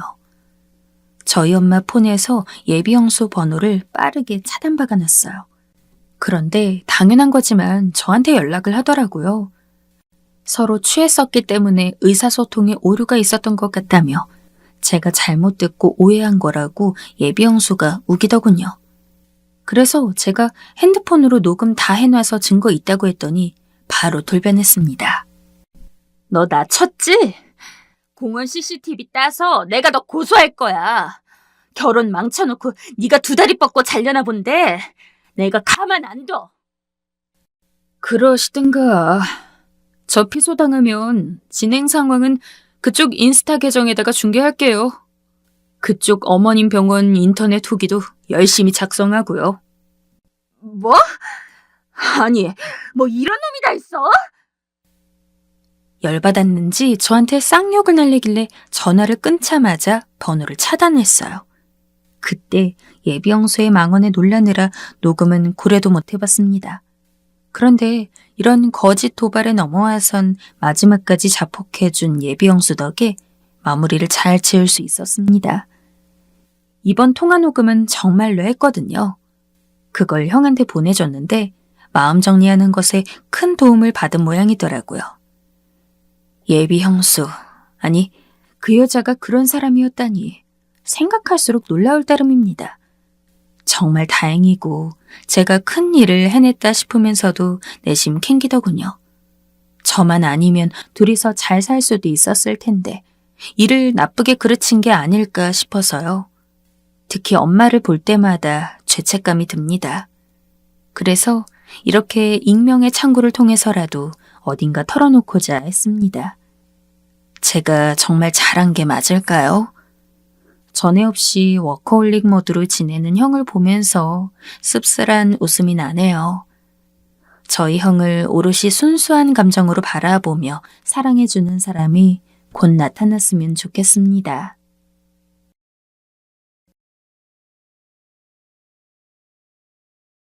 가끔 인생이 너무 지독하게 안 풀린다 싶을 땐 누구나 너무 힘들잖아요. 하지만 그럴 때 남의 삶도 그렇게 눅눅한 것만은 아니란 얘기를 들으면 사실 이러면 안 되지만 왠지 모르게 조금은 마음이 편해질 때가 있습니다. 나만 이렇게 힘들게 사는 게 아니구나. 다들 저마다의 장소에서 고군분투하고 있구나 싶을 때가 있으니까요. 그래서 한편으론 여기 사연을 들을 때마다 여러 가지 마음이 교차하고 때론 위로받기도 했던 것 같아요. 그러다 보니 비로소 남에게 제 얘기를 털어놓을 수가 있는 때도 오게 되었고요. 사실 어딘가에 제대로 털어놓고 소위 어떤 지저분한 기억을 버리는 작업을 하고 싶어서 이곳을 선택하게 되었어요. 그런 용도로 사용하게 되어 어떻게 보면 죄송하기도 하지만 그냥 너무 어이없는 불행한 일을 겪은 한 여자의 넋두리라고 생각하고 들어주세요. 저는 남편과 동갑이었고 친구 커플이 소개해주어 만나게 됐어요. 우리는 20대 중반에 만나 한창 연애하다가 적당한 때에 결혼을 하게 되었는데요. 그런 우리 사이에서 딸도 하나 낳게 되었고 남편이나 저나 하나밖에 없는 딸아이를 정말 소중히 예뻐하면서 키우게 되었어요. 세상 그 어떤 부모가 자기 자식이 소중하지 않겠냐마는 우리 남편은 당시에 뭔가 더 유별났던 것 같아요. 조금이라도 뭘 잘못 먹을까봐 불침번을 서가면서 본인이 분유를 먹이고 돌보기도 하고 밤 늦게까지 일하고 와서 피곤한 와중에도 꼭 본인이 아기를 씻기고 재웠거든요. 그렇게 시간이 지나면서 아이가 유치원에 다니게 되었고 중간에 잠깐 아팠던 적도 있었지만 계속해서 무난히 또래들과 비슷하게 성장했어요. 전 당시 일을 하고 있었기 때문에 왔다 갔다 하면서 저희 엄마에게 맡기기도 하고 시댁에도 도움을 받기도 했는데요. 아침 일찍 아이를 맡기고 이후에는 남편과 제가 돌아가면서 애를 데려오길 반복하는 생활을 했답니다. 딸은 저와 남편을 딱 반반 닮았는데 성향은 아빠를 닮아 감성적이기도 하고 섬세한 부분이 있었어요. 자기라면 껌뻑 죽는 아빠에게 엄청나게 애교를 부리기도 했고 가끔 그 사랑을 믿고 버릇없이 굴 때도 있었는데요. 아무튼 어찌 보면 매우 평범하고 어찌 보면 우리에게만 매우 특별한 그런 일상을 보냈어요. 당시 우리는 한 동네에서 꽤 오래 살면서 동네 주민들과도 얼굴을 오래 익혀왔고 아이 친구 엄마들과도 나름의 돈독한 울타리를 엮어가면서 살아왔답니다. 그 동네에서 어린이집과 유치원을 졸업하고 학교도 다니고 약간 혼란스러웠던 1학년 시기엔 저도 1학년 엄마로서 엄청 정신없는 시간을 보냈어요. 딸아이가 하고 싶은 것도 점점 많아지면서 학원도 많이 다니고 싶어 하기에 바쁜 와중에도 이것저것 스케줄을 잡아 넣어주기도 했답니다. 그렇게 3, 4학년이 지나고 5학년이 되었을 무렵 더 어릴 때 제가 권유했을 때도 관심 없어 하던 피아노를 갑자기 하고 싶다는 거예요. 뭐 같은 반에 좋아하는 남자애가 있는데 걔가 하는 것 같더라고요. 어떤 면에선 그런 부분이 너무 귀엽게 느껴지기도 하고 이 얘기를 남편에게 했더니 무척 장난스러운 표정으로 귀여워하는 게 느껴졌어요. 마침 집 바로 부근에 있는 학원이었기에 빡빡한 공부 스케줄에서 밀리고 밀려 제일 늦은 타임에 넣어주기로 했는데요. 가끔 남편이 일찍 퇴근할 때에는 본인이 학원에 가서 딸을 데려오기도 하더라고요. 대체 그 남자 녀석이 누구인지 얼굴 좀 봐야겠다며 말이에요. 당시 딸아이가 충분히 집으로 올 수 있는 나이이긴 했지만 워낙 어릴 때부터 남편은 모든 걸 자기 손으로 딸에게 해주고 싶어 했기에 이런 부분은 남편의 참 좋은 부분으로 저는 생각하고 있었어요. 둘이 돌아와서 도란도란 얘기를 나누며 학원이며 학교에서 있었던 일들을 말하고 있는 풍경도 제 눈엔 무척 좋게 보였고요. 그렇게 저는 그 즈음의 일상에 대해 정말 조금의 의문도 아무런 의심도 그 어떤 상상조차 하지 못하고 완전히 백지 상태로 돌려둔 채 한창 쏟아지고 있는 제 직장 일에만 집중을 하고 있었답니다. 그런 시간들이 몇 달 정도 이어지는 동안 그 사이에 나에게 어떤 위기가 닥쳐오고 있는지 조금도 인식을 못한 채 말이에요. 제가 너무 우둔하고 바보 같았던 것인지 아니면 정말 그때의 일이 너무나 갑작스럽게 교통사고 마냥 들이닥쳤기에 우리 가족이 모두 움찔하지 못하고 당하기만 한 건지 모르겠어요. 솔직히 사고라고 표현하는 게 맞을지 모르겠지만 화목하다면 화목하다는 소리를 듣고 있는 우리 집에서 곡소리가 나게 된 것은 분명하니 그 외의 표현이 딱히 떠오르지가 않아요. 당시 상황이 이렇게 이상하게 풀려나가게 된 데엔 모든 원인이 피아노 학원에 있었어요. 딸아이가 5학년이 되고 새로운 반에 올라가서 만난 한 남자아이로 인해 그 애를 학원에서 또 보고 싶다는 아주 단순하고 귀여운 이유로 시작된 건데요. 저는 그 시발점조차 나중에는 증오하게 되어 애꿎은 딸을 원망하게 되기도 했답니다. 바로 이 학원에서 우리 딸과 그 남자아이를 가르쳐주던 파트타임 여선생님으로 인해 우리 가정은 완전히 산산조각 나버렸기 때문입니다. 심지어 그 선생님은 우리 딸이 무척 좋아하고 따랐던 선생님이었어요. 당시 40대에 막 접어들었던 우리에 비해 그 선생님은 이제 막 20대 중반에 한창 젊고 예쁜 사람이었어요. 딸아이도 자기랑 나이 차이가 엄청나게 나지 않으면서도 친구같이 편하게 대해주고 예쁜 선생님이다 보니 무척 좋아했었고요. 처음에는 같은 반 남자애 때문에 다니긴 했지만 하다 보니 피아노도 생각보다 그렇게 막 지루하진 않고 좀 할만했었나 봐요. 당시 자기를 맡아 가르쳐주는 선생님, 김희원 선생님 때문에 제법 재밌다고 했었거든요. 제가 좀 일찍 퇴근했던 날에 딸이 보고 싶어서 한번 들렀는데 정말 딸 말처럼 예쁘장하고 앳되게 생긴 선생님이 나와 인사를 하시더라고요. 그런데 그 선생님이 솔직히 지금까진 이 상황에 대해 설명하느라 선생님 소리를 붙여가며 말했지만 기억하기도 입에 올리기도 역겨운 그 여자애는 아주 빠르게 우리 가정으로 스며들어와 저를 엉망진창으로 만들어버리고 말았어요. 대체 그 아니, 지금부터는 그냥 제가 그 사건 당시 부르던 방식대로 그 여자라고 말을 편히 할게요. 그 여자는 당시 고작 26살밖에 안 되었는데 뭐가 부족해서 40이 된 애아빠를 욕심냈던 걸까요?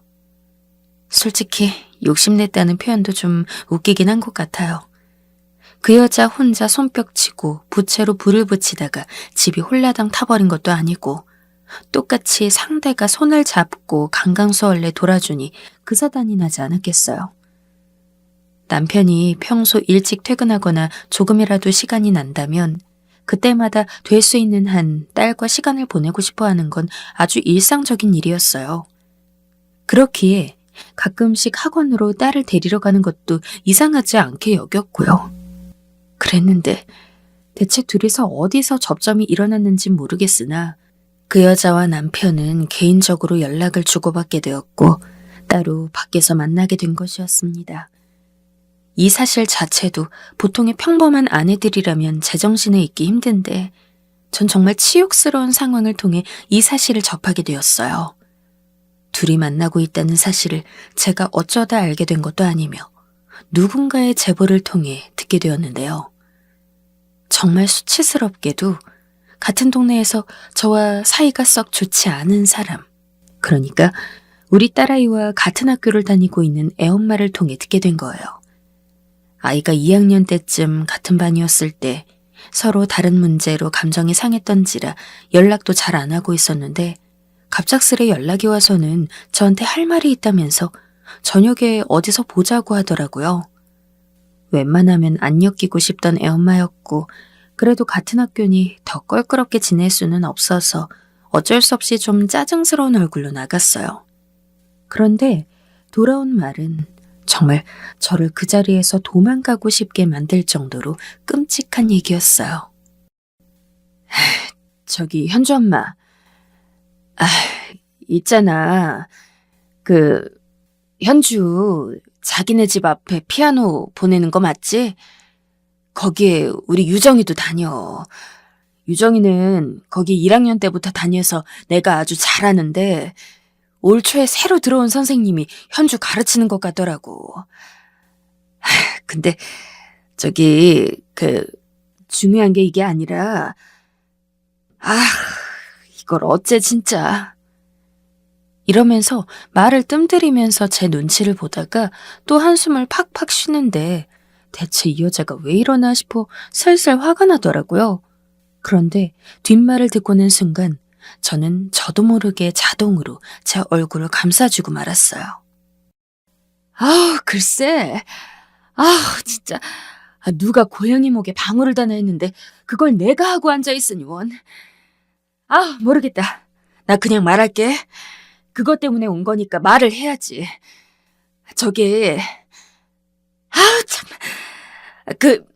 김희원 선생이랑 현준의 아빠 말이야. 둘이 좀 그렇고 그런 사이 같아.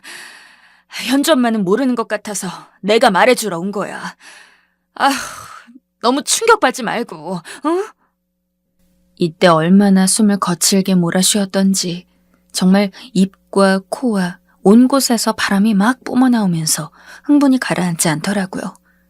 대체 뭔 소리 하는 거냐고 막 고성이 나가는데 유정 엄마 입에서 나온 얘기들은 정말 생 유리 파편이 저를 향해 날아들듯 아주 잔인하고 무서운 이야기였어요. 밤늦게 역 근처 호프집에서 우리 남편과 그 여자가 나란히 앉아있는 걸 보았고 잘못 본 줄 알고 따라가서 봤는데 아무리 봐도 둘이 맞았다는 거예요. 그리고 둘이 역 바로 옆에 있는 모텔로 들어가는 것도 봤다 하면서 날짜가 언제인지도 말해주는데 둘이 서로 학부모와 교사로서 얼굴을 마주한 지 얼마나 되었다고 그딴 소리를 하냐고 따지려던 중 그 말을 하면서 저도 모르게 머릿속으로 시기를 계속 계산해보게 되더군요. 남편이 친구를 만나러 간다고 하면서 나갔고 그리고 그날따라 유독 늦게 아침이 다 되어서 들어왔던 게 생각이 났어요. 그러면서 며칠간 자꾸 야근이 있다면서 저를 피하고 대면대면했던 게 떠오르더군요. 제가 그걸 왜 기억하냐면 당시 제 직장 이직 문제로 예민한데 남편이 이걸 같이 상담할 시간을 도통 안 내주는 거예요. 그래서 그냥 혼자 우울해하면서 직장 동료들이랑 상담을 하고 그럭저럭 넘겼고 나중에 이걸 갖고 서운하다고 얘기하다가 둘이 또 크게 대판 싸웠던 기억이 있어요. 그래서 제 딴에는 나름 너무 선명하지도 그렇다고 아주 흐리지도 않은 기억으로 머릿속에 남아있었거든요. 그랬는데 이 유정 엄마가 가뜩이나 싫어 죽겠는 이 사람이 하필이면 그런 광경을 직접 봤다고 하니 너무 역겹고 분노가 올라오면서도 어쩔 수 없이 시기가 맞아 떨어진다는 것을 결국 받아들이게 되었어요. 그러다 보니 이 엄마한테 화내고 있는 게 다 뭔 소용인가 싶어 허탈해지고 말이 안 나오더군요. 결국 제대로 얘기 마무리도 못 짓고 계산도 안 하고 허둥지둥 비틀거리며 걸어와서는 유정 엄마가 불러대던 말던 듣지도 않고 무작정 집으로 갔어요. 도저히 믿고 싶지 않고 믿을 수도 없었지만 타이밍이 너무 말도 안 되게 맞아떨어지고 일단 말이나 해봐야겠다는 생각으로 집에 가서 남편에게 다짜고짜 바보같이 물었는데요. 처음엔 남편은 당연히 그런 일이 없다고 애가 아직 안 자고 저쪽 방에서 듣고 있을 텐데 무슨 말이냐며 기겁하더군요. 이때 저도 속으로 한편으론 안도의 한숨을 쉬면서 그냥 마지막으로 한마디 더 하고 완전히 잊어버릴 생각으로 유정 엄마가 어디에서 봤고 모텔에 가는 걸 봤다더라 하고 남편의 반응을 한 번 더 봤어요. 그런데 이때 참 절망적이게도 남편의 표정이 좀 이상한 거예요. 제 눈을 꼿꼿이 보면서 따져대던 인간이 여기서 좀 흐물흐물해졌다고나 할까요? 누군가 목격을 했다는 사실을 들으니 그게 사실이어서 그런지 몰라도 더 이상 맞서 싸울 자신이 없었던 것 같아요. 이 틈을 저는 놓치지 않고 거의 동물적인 감각으로 감을 잡고 남편을 몰아붙였고 남편은 몇 시간을 잡아대다가 지쳐 실토하고 말았답니다. 이때 상황을 생각하면 솔직히 저도 잘못이 없지 않은 게 아직 딸아이가 건너편 방에서 안 자고 깨있다는 것도 잊은 채 그렇게 남편을 베개로 때려가며 어떻게 네가 그럴 수 있냐, 네가 사람이냐 하고 온 정황을 다 입으로 말해버린 게 문제라고 생각해요.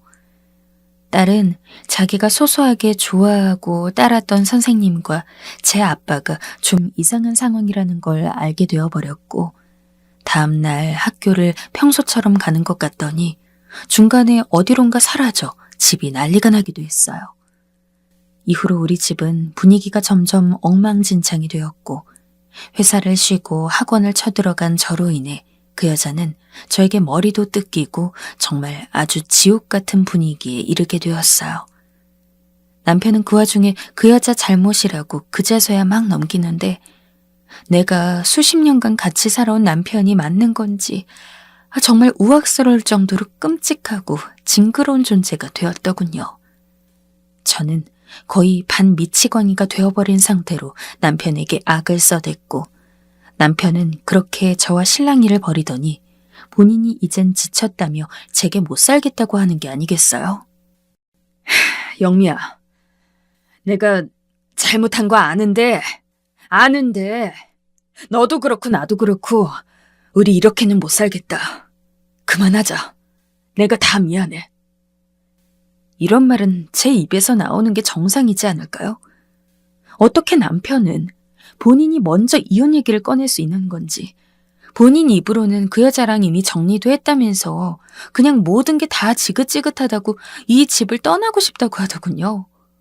저는 충격으로 직장도 완전히 붕 뜬 상태로 무작정 사직서를 내버리고 미친 여자처럼 집에 있는데 남편은 그런 저에게 이혼을 통보하고 나가버렸습니다. 이 모든 일이 딸아이 5학년 시기에 거의 9개월 안에 발생했고 그렇게 순식간에 저는 남편을, 딸아이는 아빠를 잃게 되었어요. 충격과 상처를 추스를 시간도 주어지지 않은 채 남편은 우리 앞에서 사라졌으며 남은 건 이 동네에 허다하게 퍼져버린 소문뿐이었습니다. 제가 피아노 학원에 쫓아가서 그 여자 멱살을 잡았다는 소문이 어느새 때려서 병원에 입원시켰다는 말로 바뀌었고 평소 제 남편이 여성 편력이 좋지 않아 불화가 있었다는 둥 현주도 어쩌다 저리 재수가 없어서 지 선생님과 지네 아빠가 바람이 났냐 하며 온갖 말들이 저와 딸을 둘러싸고 아주 날카로운 모처럼 우리를 찍어대고 있었어요. 결국 온갖 피해를 입은 건 저와 딸인데 우리는 그 동네에서 살 수 없었고 아이는 학교를 나갈 수가 없었어요. 그 좁은 동네에 딸아이를 갖기 전부터 살아왔던 그 오랜 동네에 일파만파 퍼져버린 소문이 우리의 숨을 옥죄어왔거든요. 결국 저는 제 친정 쪽으로 이사해서 아이를 그쪽으로 전학시켰고 학교를 다니고 싶지 않다는 딸을 다그치듯 설득해서 억지로 다니게 했어요.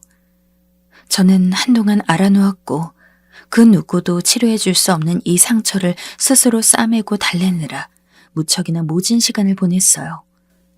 생각보다 제가 남편을 많이 의지하고 있었다는 걸, 그리고 참 슬픈 말이지만 내가 그 사람을 꽤 많이 사랑했었다는 걸 깨닫고 나니 제 자신이 너무 싫어지고 쓸모없는 쓰레기처럼 느껴지더군요.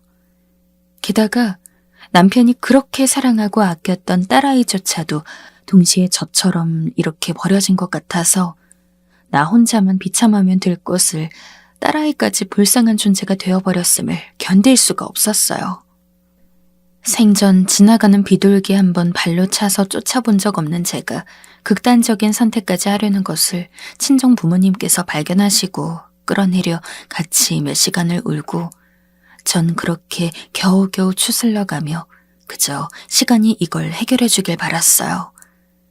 당시 딸아이에게 너무 미안한 게 나만 정신과 치료를 받을 게 아니라 저 못지않게 충격을 받았을 딸아이도 보듬고 함께 치료를 받았어야 했어요.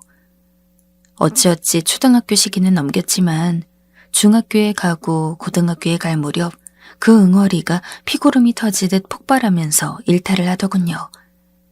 갑자기 머리를 다 삭발해버리기도 하고 학교를 그만두겠다고 며칠을 떼를 쓰는 등 너무 늦게 찾아온 딸의 감정적 반항에 참 혼란스러웠어요.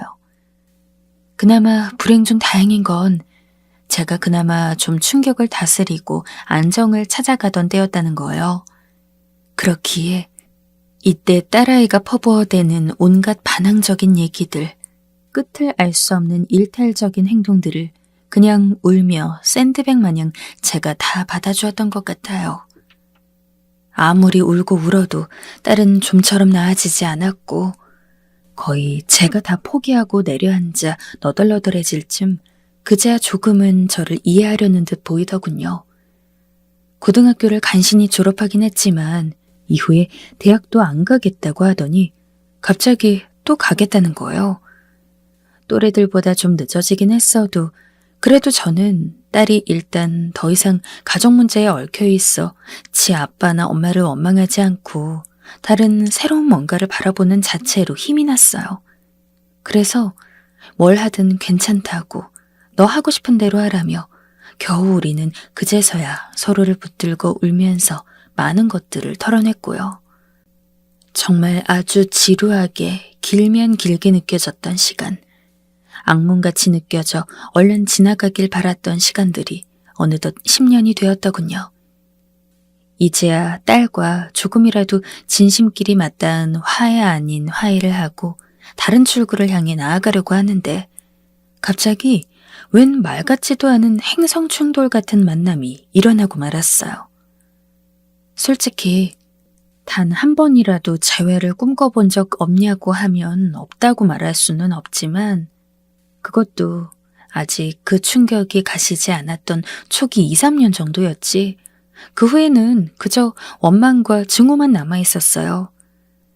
딸아이와 옥신각신하며 서로 감정적으로 밀치고 싸우던 그 수년의 시간에선 더 악을 쓰고 저주하게 되었던 그 존재가 이제 모든 파도가 다 잔잔해지고 조금씩 묻히 드러나려고 하는데 아주 비겁하게 얼굴을 내민 것입니다.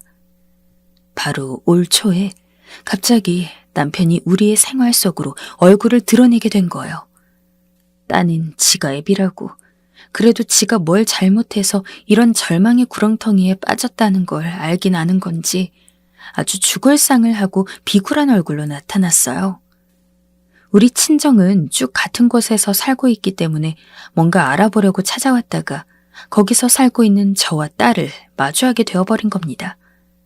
딸은 이것저것 자격증을 따기 위해 학원을 다니고 있었는데 그걸 준비하려고 나가려던 길이었어요.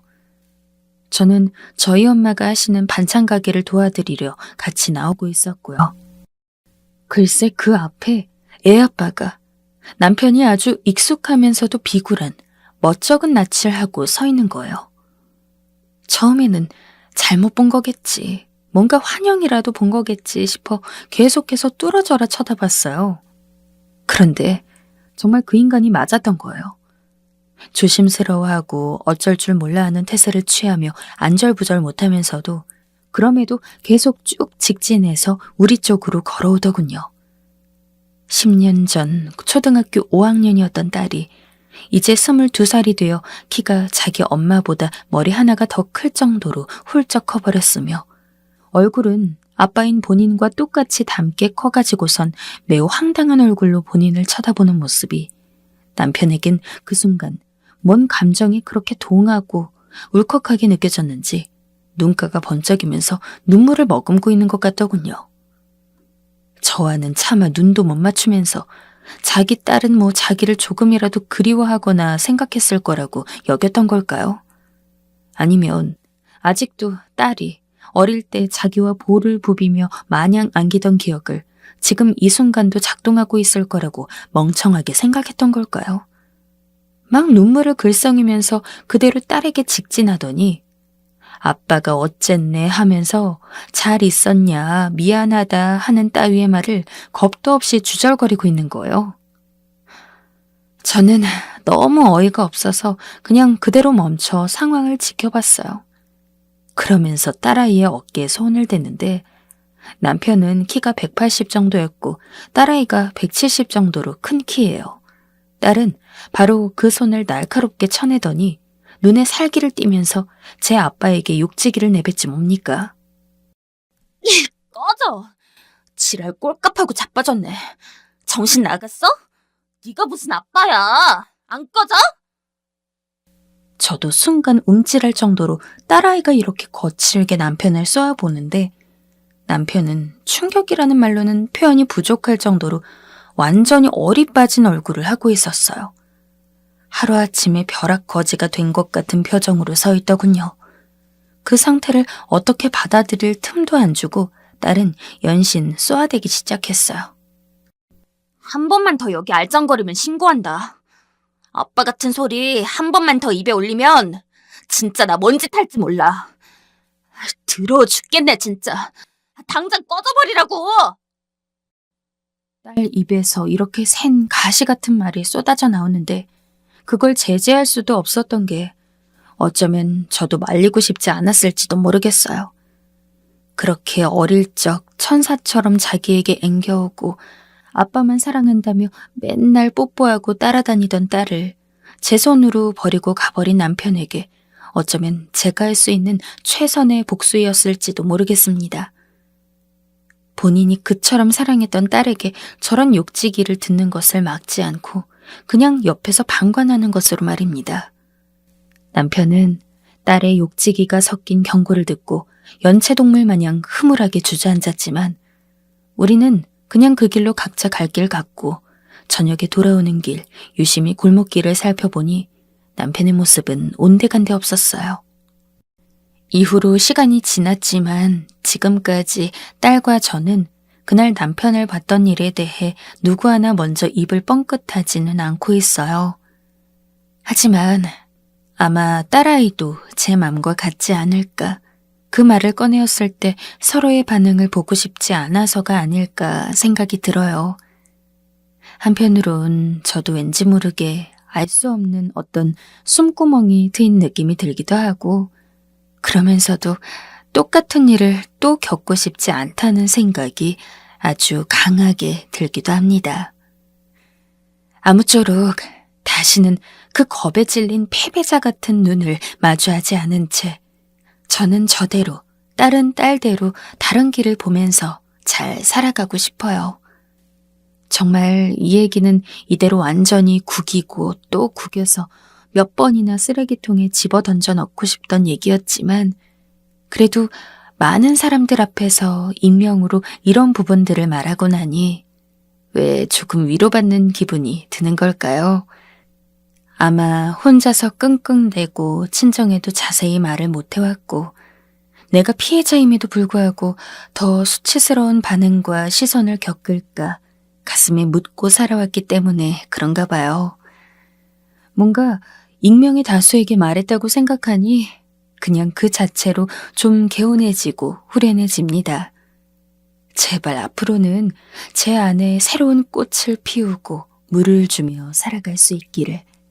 저는 그렇다 치고 제 딸을 위해서라도 그런 날들이 아주 차근차근 열리기를 바랄 뿐입니다.